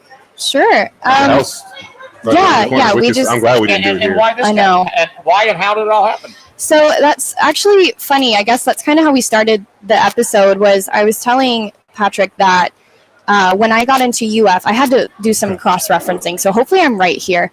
I went to the next home basketball game after I found out I got in, which I remember was Valentine's Day. So I was like, okay, it had to be the February 19th game that I went to. And the big deal was that Patrick was playing in that game. So my first UF basketball game was a game that Patrick was playing in. Yeah. So for Did me, they win? Yes, Yep. it was a Did you play good? It was a really good game. Do you want to? That was the game where Auburn was terrible that year, and they played good. And they came on us. I don't care about me. Why do you worry about me? It's about winning or losing. Zach, you hear? But the thing is, I played great. I had a great game. Let me guess. 3 points. 17 points, 10 rebounds. It was the game again. Free throws. If I fact-checked right, it was your highest scoring game that season, maybe. Oh, I have no idea. That's according to. Look at his forearm. It was one of those games. All of his stats Auburn, right there. When He's got the stats on his forearm. He carries them. When you're number one team in the country, and that's. We're talking about football earlier. So whoever's going to have the number one seed, if you ever are honored to and good enough to have that position, you get everybody's best shot. Doesn't matter how bad they are. And Auburn was bad that year, but in the first half, they played well. They played so well. Yeah. So well. Guys that don't make threes are making threes. The point guard's a non-shooter. He hit like 4 or 5 threes. It was like. So well, let me interject. So you're at the game. Mm-hmm. I know because your family, you've got a bunch of UF grads in the family. Yeah. Everybody going generations back on both sides love the Gators. Yes. You kind of probably already knew him, but so you went to the game and he had a big game and pick it up from there again. Pretty cool. Yeah. Mm-hmm. And it was just a fun fact she shared with me before. Y'all still hadn't met. Never met. It was years later. No, and I mean I think because you went to Paxton and Providence. Yeah. So I was at Kinney and Fletcher, and so I don't think we'd ever met, but I remember like it was a big deal that Patrick from Jacksonville was playing in this game, and so I was really excited. And then of course the game, for me it was exciting, even though Auburn wasn't supposed to be that great that year. They played really well, so for me it was exciting because we were like coming back from something. The dome was so loud. Yeah, that's probably one of the loudest games ever. So fast forward, you guys meet up, obviously. I think our show helped you guys meet up a little bit. Yes. Sliders, anything I do, Sliders supports. The minute we put this radio show together, they were our first, we started on the radio, for people that don't know, almost a year ago. They were our first sponsor, and we were here. I remember you guys started talking. So you get together. He's the episode coming up on Monday. Yes. Talk about both y'all, where does it go, and kind of preview it a little bit. Sure. I saw the trailer, but where do y'all go? I heard it's a long, extended interview. I think it ends up being almost an hour total. So yeah, do you want to start kind of where we went, or you should know? Okay, I do. Did it just bounce around, or did you try to go chronologically? Yeah, well, we started with tell kind his of story and master level interviewer. I know, right? I can't even reiterate what we talked about. We started with that, where I was like, I have to just say that you were kind of my first memory, not my first memory of like UF, but my first memory after I got into the school that really was just showed me how hype and amazing the school was and how much pride the school had. Nice. So it was just a really great first impression for me. So that's actually where the conversation starts. And then we kind of move into, I think a theme in our show that is ironically a theme I've had in the podcast, everybody's commented on this, was like instant gratification in today's world. So we talk about that a lot. And then that's right. We go into your kind of life from even childhood all the way to now, so that you kind of get to tell your story. We get started with a little bit of childhood, then talk about high school, and as well as some experiences in college. A lot of introspection, a lot of just kind of, for me, it's almost like I was giving advice to my younger self, and whoever's going to listen, just a lot of things I learned through experience, things that, you just don't want to, I can't go back and change it, but I can, hopefully help people not make the same mistakes or learn from it themselves. So, it was a really good episode. Visiting with Brooke Wilson. She's got a wonderful streaming podcast that's been out several episodes now. Patrick, it's her next episode coming up. It'll drop on Monday. Jacks of all trades. Are you, Brooke, in terms of your subjects, and obviously you want to pump these out monthly maybe? Right so? Now, we're going, it's a passion project, so we're just going about it very slow, keeping it fun, keeping it light. I don't know if you guys have an email or a way to contact you. Yes. If people are out there and they think, hey, we've got a good story, are you soliciting stories? Oh, absolutely. How would somebody say, Brooke, you and your video team need to know about XYZ? How would somebody get a hold of that? So we do have an Instagram, Jacks of All Trades. don't think it's Jacks of All Trades, the podcast. I think it's just at Jacks of All Trades. And you can direct message us there. We do have a Gmail. So that is Jacks of All Trades, the podcast at gmail.com. So I can be contacted that way. We also have a Facebook page as well. Okay, so Jacks of All. Oh, I've been on the Facebook page because I was looking to see if the trailer was out yet. Because I about a week ago I said, hey, where's I see it at? And I went on there and I didn't see it yet.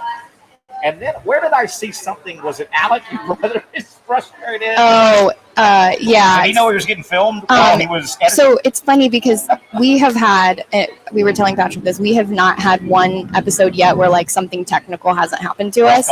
Welcome. And yeah, so it's kind of like a running joke. We're almost like, oh, well, something's going to happen. So we kind of warned you. We're like, hey, who knows? One of the cameras got overheated. Yeah, we thought it died. It overheated. We were in a house. So we Which were is like, ridiculous. it was so ridiculous. And so we were like, yep, okay, there it goes. So we move a camera, and I'm sitting, and Alec is standing behind me. And I'm like, oh, this will be cool. Like, you're in the shot. And then he pulls it up, and he's like, that is the worst angle of me I could possibly imagine. Oh, really? It's like bad? It's just my head. It's like he looks like he's popping out of my head. Oh, wow. And he's kind of just standing there, and he's just like, you got like a little Siamese twin he's just like hanging out above my head, and he's like, oh my gosh, Brooke, like you should have let me look at it first. But I hope I'm not stepping out of turn here. And Patrick, I think you know this, but Brooke, you are married to a guy, Matt. I know Matt. I love Matt. He's from across the big pond. Yes, he is. Talk about that. And I know there have been huge soccer matches going on here in the next couple of the past few weeks. Mm-hmm. Have you had to become soccer, Brooke? And were you soccer? I mean, obviously that's his passion. No, I am like, we're not a soccer family at all. That? Oh, And big where's he soccer from, family. originally? He's from Scotland, like the Glasgow area. And big soccer fan. He's got, his biggest team is the Celtic team over there. Okay. And yeah, I wake up at Sunday morning because he does the time change thing. It'll be like 7 a.m. and he's just laying there with his eyes open watching a match. I'm like, Yeah. how long have you been awake? He hasn't forced soccer on you? It's like a soft force because it's just like this is on, and I'm like, okay, can we watch something else? He's like, no, this is the game that's on. I have to watch it. Totally. What, is he like, hey, let me just watch this one game and then we go on to something else? Or is it like, the TV's mine today? Yeah, the funny thing is he's a huge American football fan. This was way before I even met him. So Sundays, NFL days, it is, yes, the TV is mine. Now, I went to your wedding. How long have y'all been married? I can't remember. Legally, I want to say this will be our 5th year, and then we that's had that all you 1 3 year. Patrick, 5 years ago, in the beginning, I bet she's sitting there, wakes up, oh, honey, let's watch together. Hey, No, I'm like, four more years went by. She's like, I'm going to the This is garage. dumb. I'm going to the gym. I'm going to the coffee shop. I have watched a few of the. I don't even. Is it the Euros? The Euros, yeah. Yeah, I've watched a few of those games with them. Nice, good the for England you. team. I don't want to let the cat out of the bag if you don't want to. Do you know some future episodes? Obviously, Patrick is your next one. Yes. And do you want to talk about them? We have a couple of people that we've like soft asked to be on the show. So we don't have any scheduled just yet. We are trying to do a few with just the co-hosts just to see how that goes. Just like myself, my brother, and Colin Brooks, who's also a part of it. So we don't have anyone scheduled, but we do have people who have said yes. It's been hard with like 3 hosts and then one other person to all be able to schedule something that works out for everybody's schedule. But yeah, but we're also open to anything. It's really just something that we want to have almost an archive of when we're done with. Patrick, I don't know if you know this, but she went to another university that hasn't been named.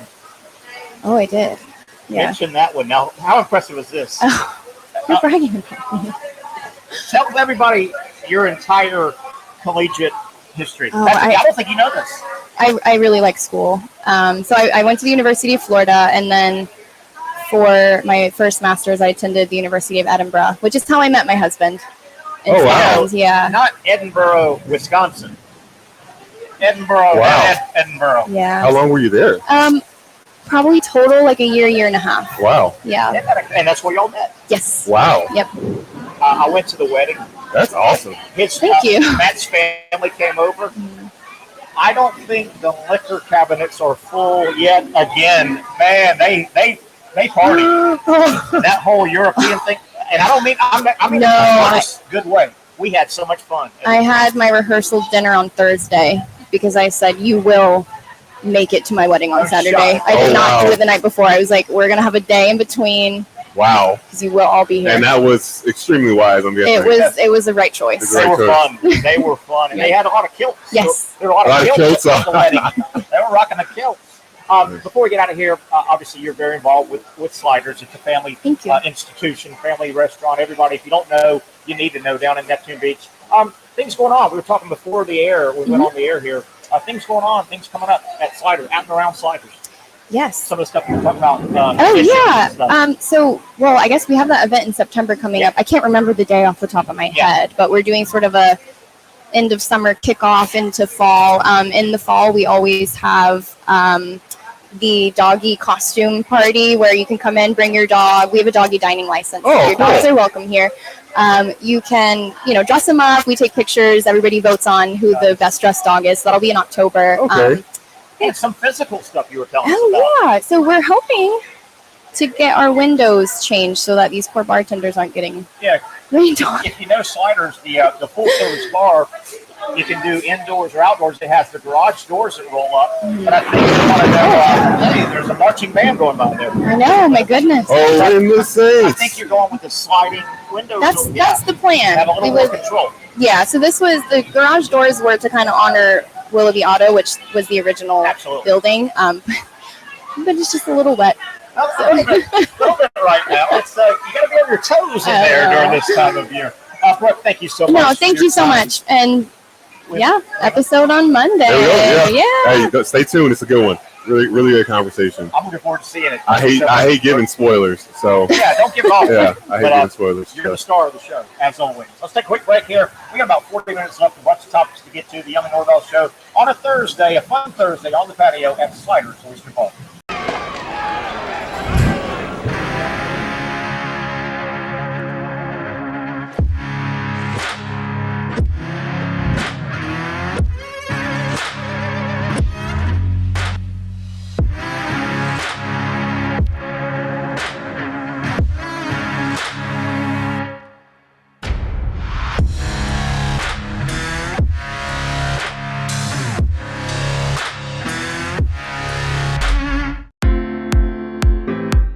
At Southeast Orthopedic Specialists, we know pain and injuries can stop you from doing what you love. This is why our board-certified orthopedic specialists offer the latest in both non-surgical and surgical treatment options and create a treatment plan tailored to your unique lifestyle and goals. So, whether it is a sports injury or that nagging pain that's keeping you from doing what you love, our team has the right treatment for you. For more information or to schedule an appointment online, visit our website. Finally, a family atmosphere, kid-friendly restaurant with a real sports bar feel. Bricks Jack's Beach features all of that and a large, climate-controlled covered patio with misting fans and heaters for all seasons. Mix in an extremely diverse menu that features the most quality and affordable steak at the beach, and there's no reason not to enjoy your next lunch, dinner, happy hour, or big sporting event at Bricks Jack's Beach, 300 2nd Street North in Jacksonville Beach. See you at Bricks Jack's Beach. I was tempted. It's more than just food. It's a tradition, a heritage. It's about my family and the smiles on their faces. It's about the flavor, the meat, the love, the community. Our community. Barbecue is who we are, and it's what we do. The Action Sports Jax 24/7 network is streaming. I'm Stuart Weber, and I'm here to teach you a nice three-step process on how you can watch all your favorite programming from the Brent and Austin Show every weekday 10 a.m. to 1 p.m. or the Cup Date with me. It's fantastic. We talk NASCAR. It's a great time. Wednesdays at 1 o'clock. All right, first step, easy.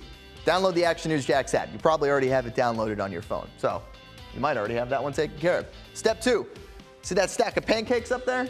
You click that stack of pancakes, and it's going to bring down step number 3, which is a full screen of all the different streams that you can click on, including the Action Sports Jax 24/7 stream. You click that, the video's rocking and rolling on your mobile device. You're watching all the shows you want to, and you're having a good time. You can also do it on your smart TV with the Action News Jax Now app.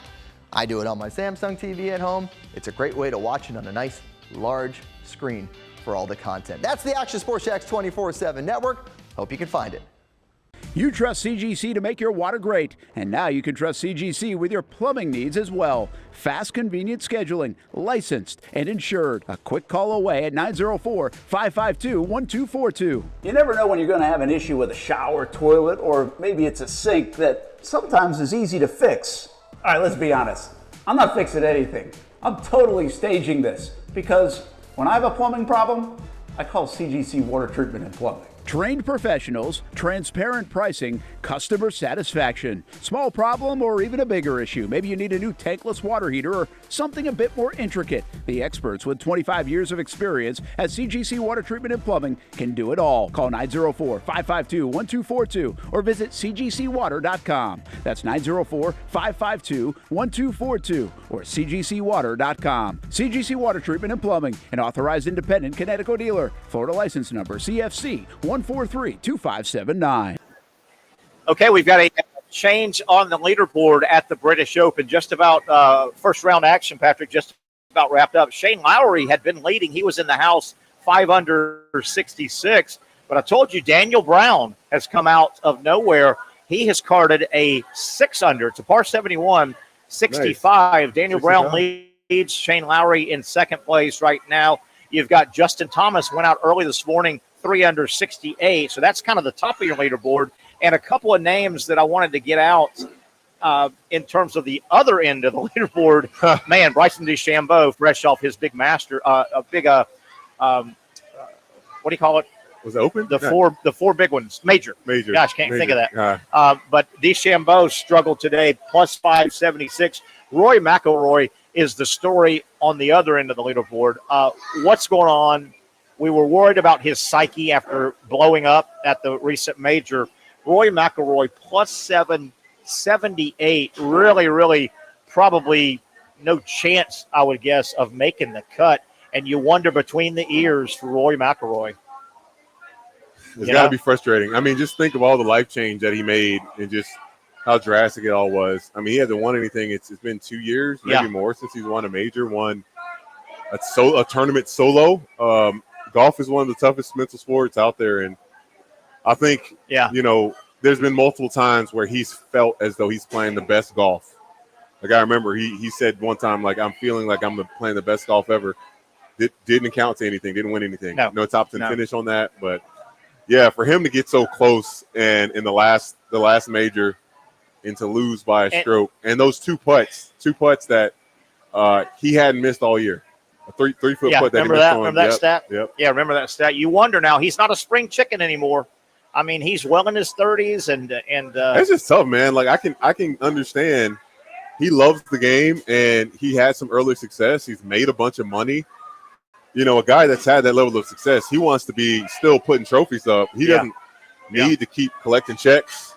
Like I don't think that's going to fulfill him. He wants to win. One of the concerns, I think I've got this right. I'm not a huge golf guy, but it's not like Rory McIlroy in this 7 or 8 year run of not great golf by his standard. It's not like he's winning other tournaments, just not majors. I don't think he's winning many tournaments. I mean, he may go across to Europe and grab one here. I don't think he's winning at all, is he? He won something that was like a partner a few months ago. A tournament wasn't a – so, I mean, I'm sure that made him feel good. But, no, he's not winning tournaments. No, not at all. I want to get to this week in sports history. Got a lot of stuff. We've missed a little bit with our shows. I want to get to that. But before we do, Patrick, file this under everybody's a comedian. Everybody's a comedian. You know, for the last couple of weeks, I've talked about and used the word transitioning. We are transitioning our show from radio only to a streaming television show that you see here. We're on, obviously, Action Sports Jax. Very excited. It's a wonderful streaming channel, and we're proud to be an afternoon part. But I keep saying, thank you. We're working, we'll work out the kinks in the transition. We're transitioning. Everybody's a comedian. This guy online, you can't really read it, but I saw it earlier. He says, I'll paraphrase. He says, Terry, and this is on the comment section. Hey, man, you might want to kind of idle down on all this transition talk. That's going to hurt you with the ladies.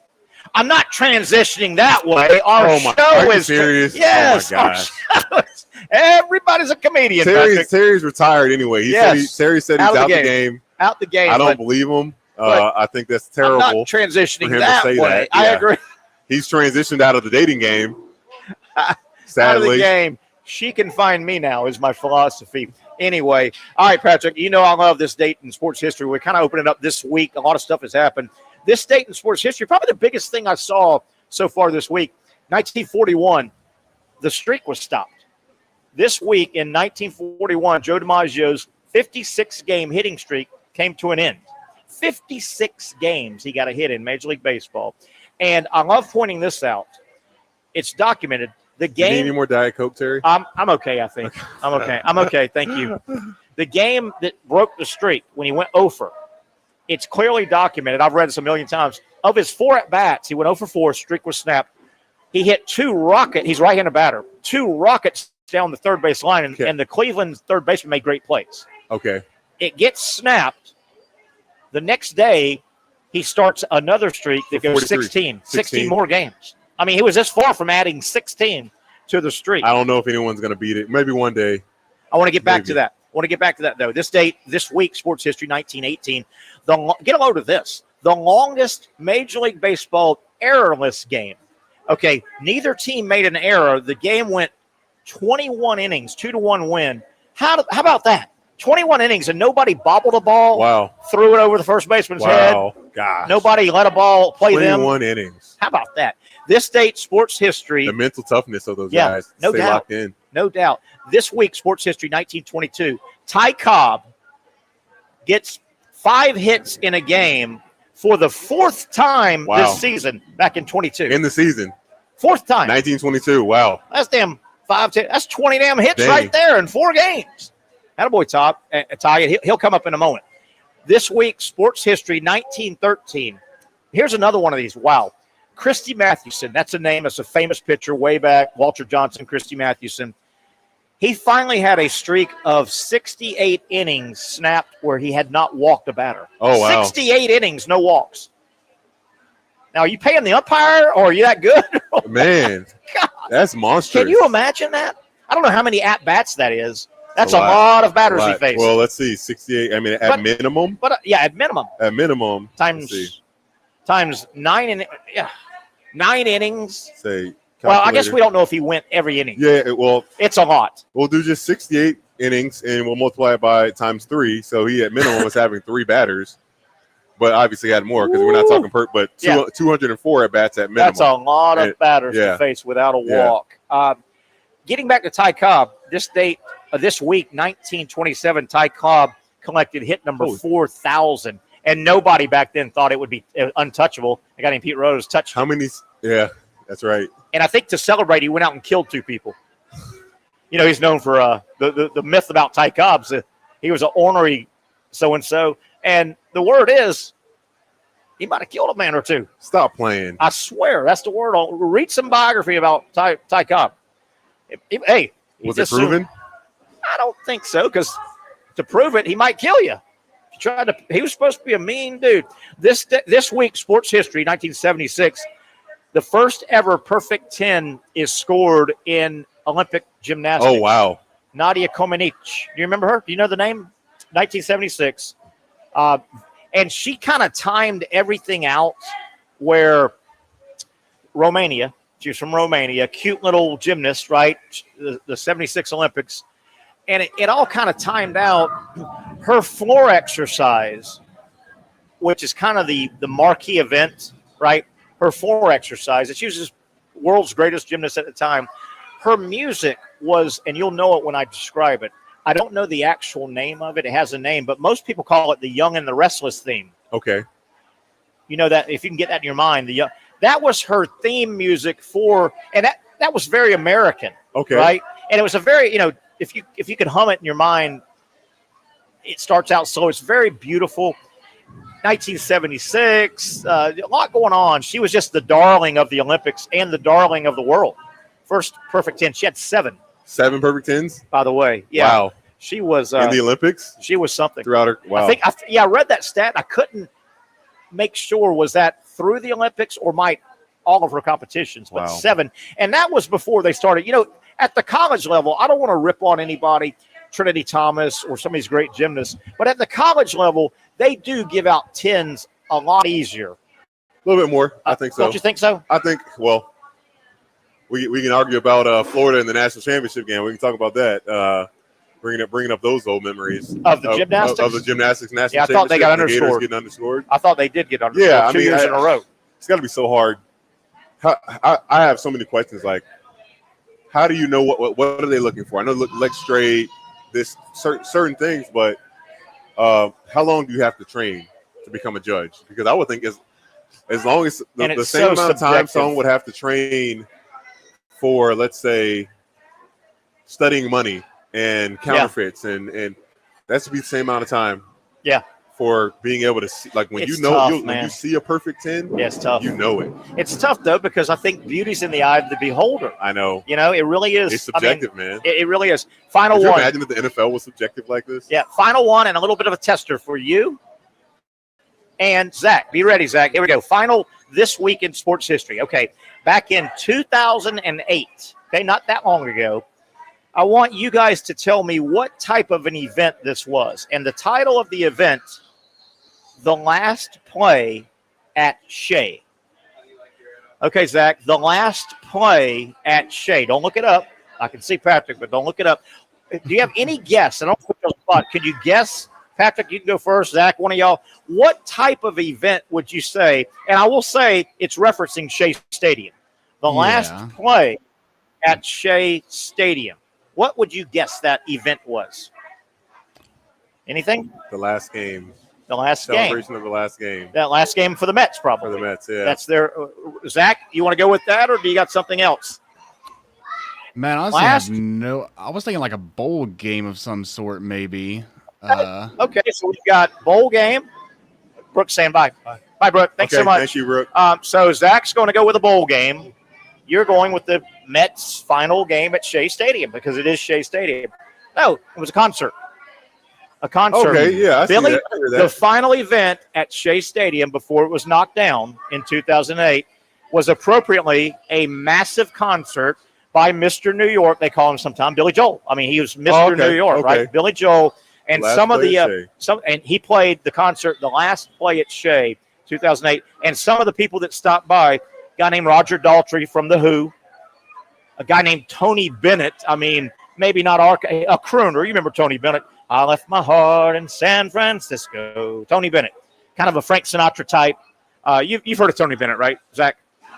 I just heard your rendition of it, but I'm not familiar with this. A guy named Garth Brooks popped up. Okay, I know who that is. And you may have heard of this guy, Paul McCartney. He popped up at the last play. I know who that is. Yeah, I knew he was one of the last ones.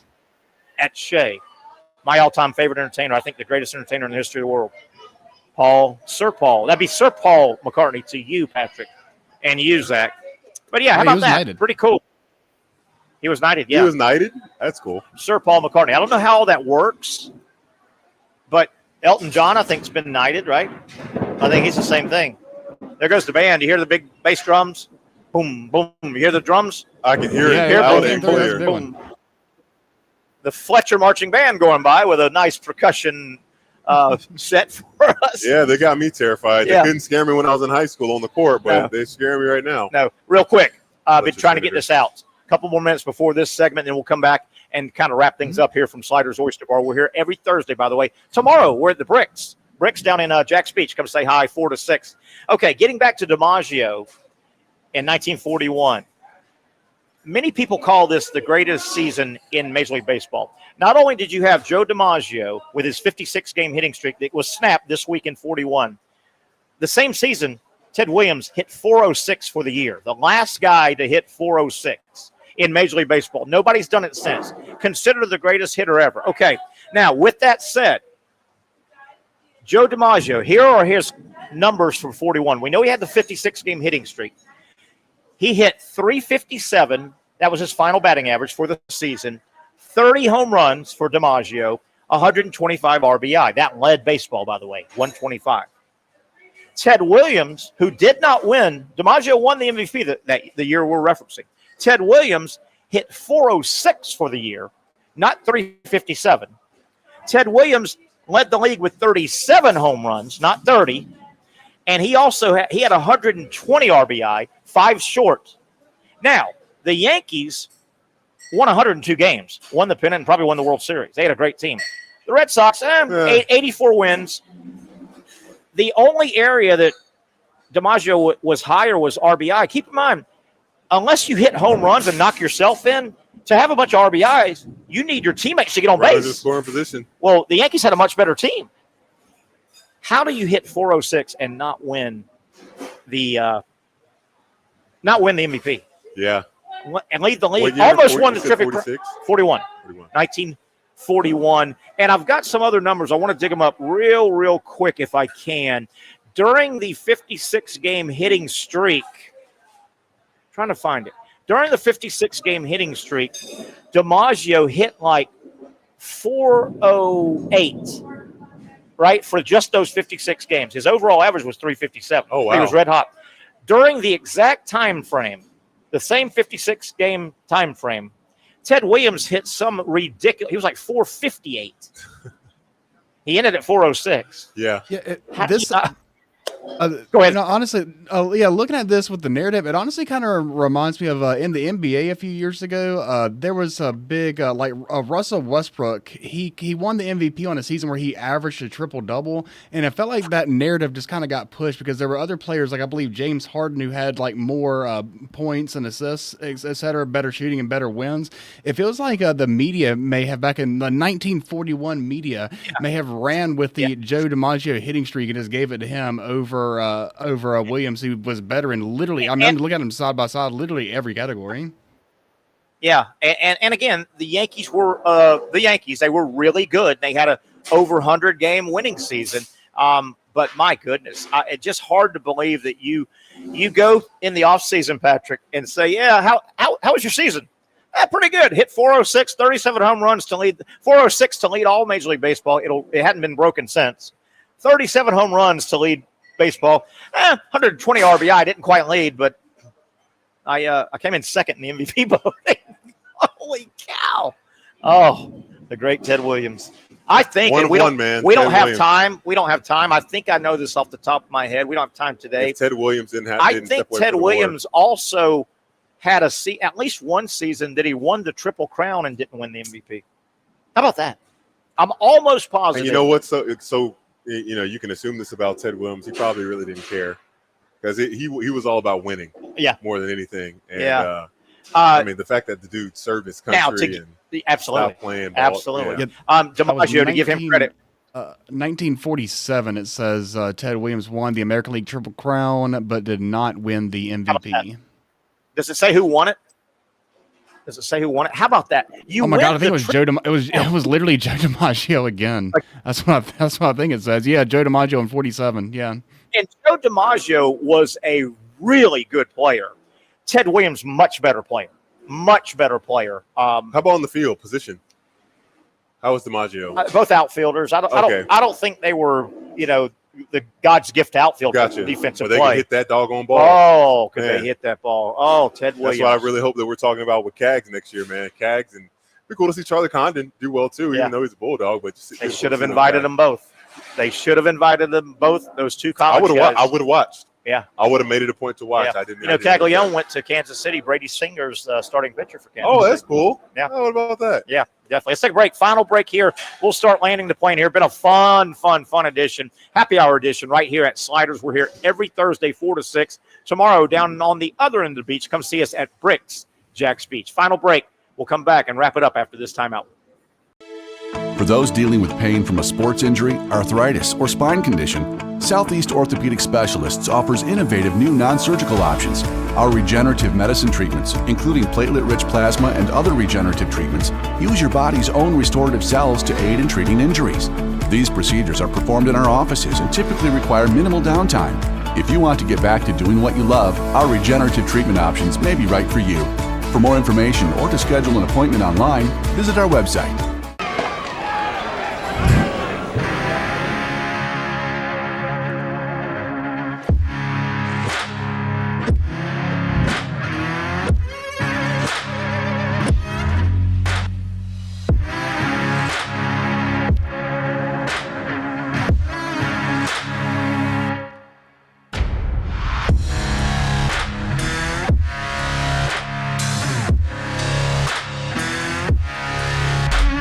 Finally, a family atmosphere, kid-friendly restaurant with a real sports bar feel. Bricks Jack's Beach features all of that and a large, climate-controlled covered patio with misting fans and heaters for all seasons. Mix in an extremely diverse menu that features the most quality and affordable steak at the beach, and there's no reason not to enjoy your next lunch, dinner, happy hour, or big sporting event at Bricks Jack's Beach, 300 2nd Street North in Jacksonville Beach. See you at Bricks Jack's Beach. I was tempted. It's more than just food. It's a tradition, a heritage. It's about my family and the smiles on their faces. It's about the flavor, the meat, the love, the community. Our community. Barbecue is who we are, and it's what we do. Hey everyone, Olivia Tasley here from Action Sports Jacks to tell you all the different ways you can watch our new 24/7 network. 3 easy steps. You don't even need a pen and paper to write it down. Step number 1, download the app. Search Action News Jacks in your app store either on your phone or your smart TV. Then, once you're on the app, click on that little drop-down menu in the upper left-hand corner with the 3 little lines. That'll show you these options, and boom, right here, click Action Sports Jacks 24/7, and you will be brought to our continuous stream channel. That app can be accessed through all these different platforms, whether you have Roku, Fire TV, Smart TV, Apple TV, or Google TV. You can find our app. Now, if you don't have access to the app, don't worry, we still got you covered. We're across all social media platforms from Facebook, Instagram, X, YouTube, Twitch. We have a podcast channel. Plus, check out our short reels on our TikTok. Action Sports Jacks 24/7. It's on all the time and everywhere. It's a new logo, new branding. With Bold City Heating and Air, it's an old school approach. One of the few locally owned and operated air conditioning businesses left in Jacksonville. It's hot, Florida in the summer. You can't do much to avoid it, but you can keep cool with Bold City Heating and Air. It's every customer counts kind of service, from when these trucks have pulled up to my home over the last couple of years and when they pull into your driveway as well. From communication to pricing to the actual service, everyone at Bold City Heating and Air cares about you. You know who is coming to your house. You know they will be well trained, and they will respect your home. Air conditioning convenience at BoldCityAC.com. Stay cool while it gets hot. Bold City Heating and Air can help. Don't get caught sweating all summer. BoldCityAC.com, and they have financing to help. New systems starting at $110 a month and $50 off any repairs. Stay safe, stay comfortable with Bold City Heating and Air at BoldCityAC.com. Homegrown in your hometown. It would appear that, Patrick Young, your best laid plans, you've called an audible. You got some sliders. Looked like you wanted to take home some dinner here from Sliders, but I think you're reined in and going to eat in a little here. bit here now. So what'd you order there? We got some crispy fried shrimp. Nice. Brooke gave me something healthier, so I'm happy about that. And then I got some fried green tomatoes. I love those. Absolutely love fried green tomatoes. Amazing. Aren't they good? They're so the good. batter and little balsamic vinegar. Stop it right now. Shut the front door. Shut the front door, Zach. He's throwing balsamic on me. Oh, love some of that. I know you would eat that too. Ooh, you would eat that here. Love it. That fried green tomatoes, again, another thing. If you ask me if my mom at 6 years old tried to make me eat, no kids just don't do green. I love everything green now. Yeah. Absolutely. We're winding down the show. I want to hit a couple of topics. Remind you folks, we're at Bricks tomorrow down in Jacks Beach. A couple of topics. We went over the leaderboard at the British Open. Just things that pop up today off ESPN's headlines. Bronny James becomes popular pick now for Rookie of the Year. He scored a few points, and now he's Rookie of the Year. I don't understand. Yeah, he did. He had apparently had a decent game, but it's like, good for him. Guys, why are they putting all this pressure on this kid that, Summer League is not at the NBA. Like Summer League style of play and all that. It's not. You're not going to stars. Bro. Oh boy! You talking about gambling. If you wanted to set some money on fire or throw it down the toilet, just go ahead and put it on Bronny James to win Rookie of the Year. There you go. There you go. What are the odds here? If you put $10 down, do you get like? You should win a lot. 10,000. It's not. They can't nearly be as long as they should be. Nothing against Bronny. I think he's put in a bad position. I think I blame his dad for some future embarrassment he's going to get. But there you go. Tiger Woods in danger of missing third straight major cut, really struggling across the pond. How about this? A little Jaguar related and good for Stroud, CJ Stroud. You want to laud your team, but I'm kind of in his corner on this headline. CJ Stroud calls his Texans offense a 5-headed monster. Didn't they sign Joe? They signed Joe Mixon as well, right? The running back up. I think they got the running back. Pierce. Yeah. How about that offense they're going to have? Dell, you think Dell's going to be healthy. Collins. What about that guy, Tank Dell, coming out of nowhere? Dell, Rookie. Nico Collins. Didn't they draft another wide receiver? I think so, man. And they made defensive moves. Oh, and they got Stephon Diggs. My gosh. Yeah, they got Diggs. And they made defensive moves. Yeah. They made several defensive moves. They got Danielle Hunter. Danielle Hunter, the defensive end for Minnesota. And so he'll go on one end, and Will Anderson, right, is on the other. Isn't he? Ooh, son. He'll be and going to the second season. Wait, Will Anderson is just going to get better and better and better. Oh, Didn't someone just picked up Jamal Adams? Is that right? He went to the Tennessee Titans. Right. Tennessee. Okay. Does he got any game left? He's been in the league a long time. Right? I saw people comparing it to when Shaq was on the Celtics. Good player, though, man, in his day. Good LSU guy, right? I think he was the LSU guy. If he can stay, injuries definitely jacking him up. Yeah. He is a football player, though. He is like healthy. You want that guy on your team because he's like reckless abandon. Man, did you watch Quarterbacks? On Netflix from last year. Yeah, that was a great show. Wide receivers is great. Yeah, man, I love Debo. Great show. That was a great show. Wasn't it? Love Debo. Love what's his name? The other guy. Jefferson is in that, I think. Right? Gosh, Amon-Ra St. Brown. Devontae Adams. Devontae, yep. Devontae Adams. Yeah, you feel for the guy, and I get because he went under some heat last year for saying it's not just about wins or losses for me. It's about greatness. Because I think he's saying not only, you can take that and perceive it as he's talking about himself. I want to have a great game. I don't care about. Yeah. No, he wants the team to play great. It doesn't matter if they're winning or losing, as long as you can go out there knowing your team actually has a chance, that they're actually consistently striving for excellence. I think that's more what he was getting into because you could see he was really genuine when somebody else would score. Yeah, and he's straight, dude. He's arguably the number one receiver. Yeah, still in his prime in the league. Yeah, he's like, hey, if you're not getting me the ball, you guys gave me all this money for no reason if you're not going to get the ball to me. I know we can easily, and we're 3 minutes left here. Just throwing some stuff out here. I know you can easily point to Alabama and all the players in the NFL, Georgia and all the guys they've been running out. I'll tell you that damn LSU program, they can be really good. Yeah. And they'll run them out. They can be average and run them out. We were just talking about Jamal Adams. They stack them up, the receivers and just the players. It's almost that come out of they're a LSU. bunch of names without, and talent without having the team dynamic aspect sometimes. You don't need a Jaden Daniels obviously had a spectacular year. If he was half as good as he was last year, you think they still win? You still think they get 9 wins? Man. Because Jaden carried. You mentioned who was everything. the guy I'd forgotten today on the show. You said, he was a teammate of Daniels at Arizona State. We forget Daniels Brandon went Ayuk. to LSU. Brandon Ayuk? Yep. And I didn't, off the top of my head, realize Ayuk was a Arizona State.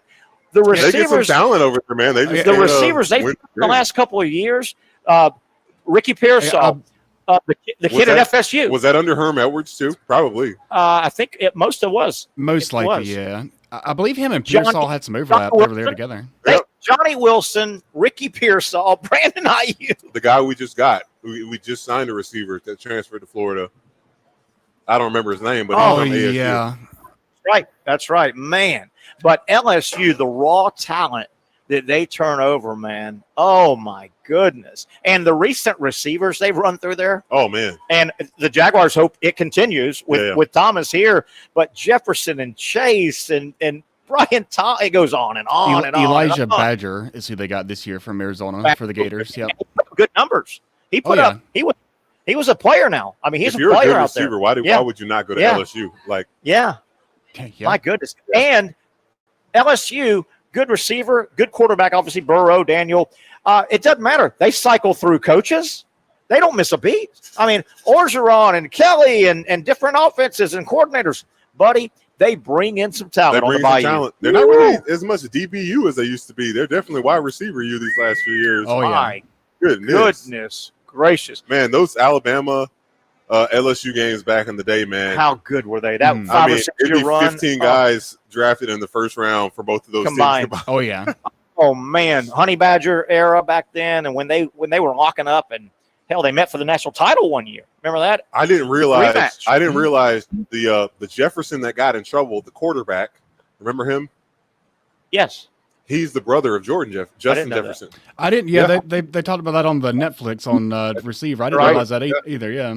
You know, and this doesn't mean anything, but you know, Jamar Chase was a early and long time Florida commit. Oh wow. He switched in the recruiting process to tough. LSU. Yeah, that's a tough loss. That's a really tough. That's loss. a tough. Surprised they didn't have him on the show as well. Yeah, that'd have been fun. Yeah. And you know something. Justin Jefferson, man, you know, that dude is all bling. Bro. Those are. Yeah, keep in mind, man. Some people just don't want the camera. He following loves you. the camera. Yeah, definitely. All right, folks, that'll wrap it up. Fun first show on our streaming new platform here on the patio at Sliders. We'll be here every Thursday. Tomorrow, come see us at the Bricks in Jax Beach. We'll be inside having a big time. That'll wrap it up for all of our guests, for our producer, Zach, and, of course, my main man right here, Patrick Elm, Terry Norvelle. Have a great rest of your evening, everybody. Finally, a family atmosphere, kid-friendly restaurant with a real sports bar feel. Bricks Jax Beach features all of that and a large, climate-controlled covered patio with misting fans and heaters for all seasons. Mix in an extremely diverse menu that features the most quality and affordable steak at the beach, and there's no reason not to enjoy your next lunch, dinner, happy hour, or big sporting event at Bricks Jax Beach, 300 2nd Street North in Jacksonville Beach. See you at Bricks Jax Beach.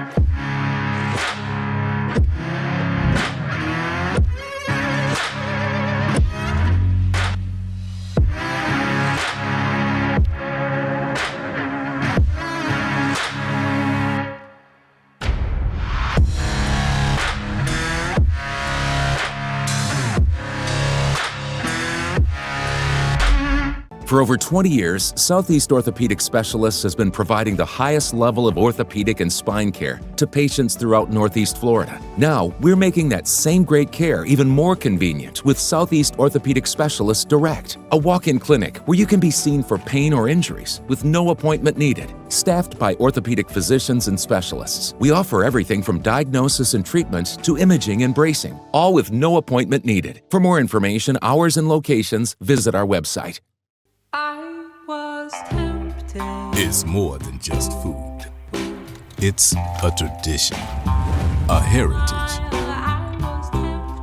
It's about my family and the smiles on their faces. It's about the flavor, the meat, the love, the community. Our community.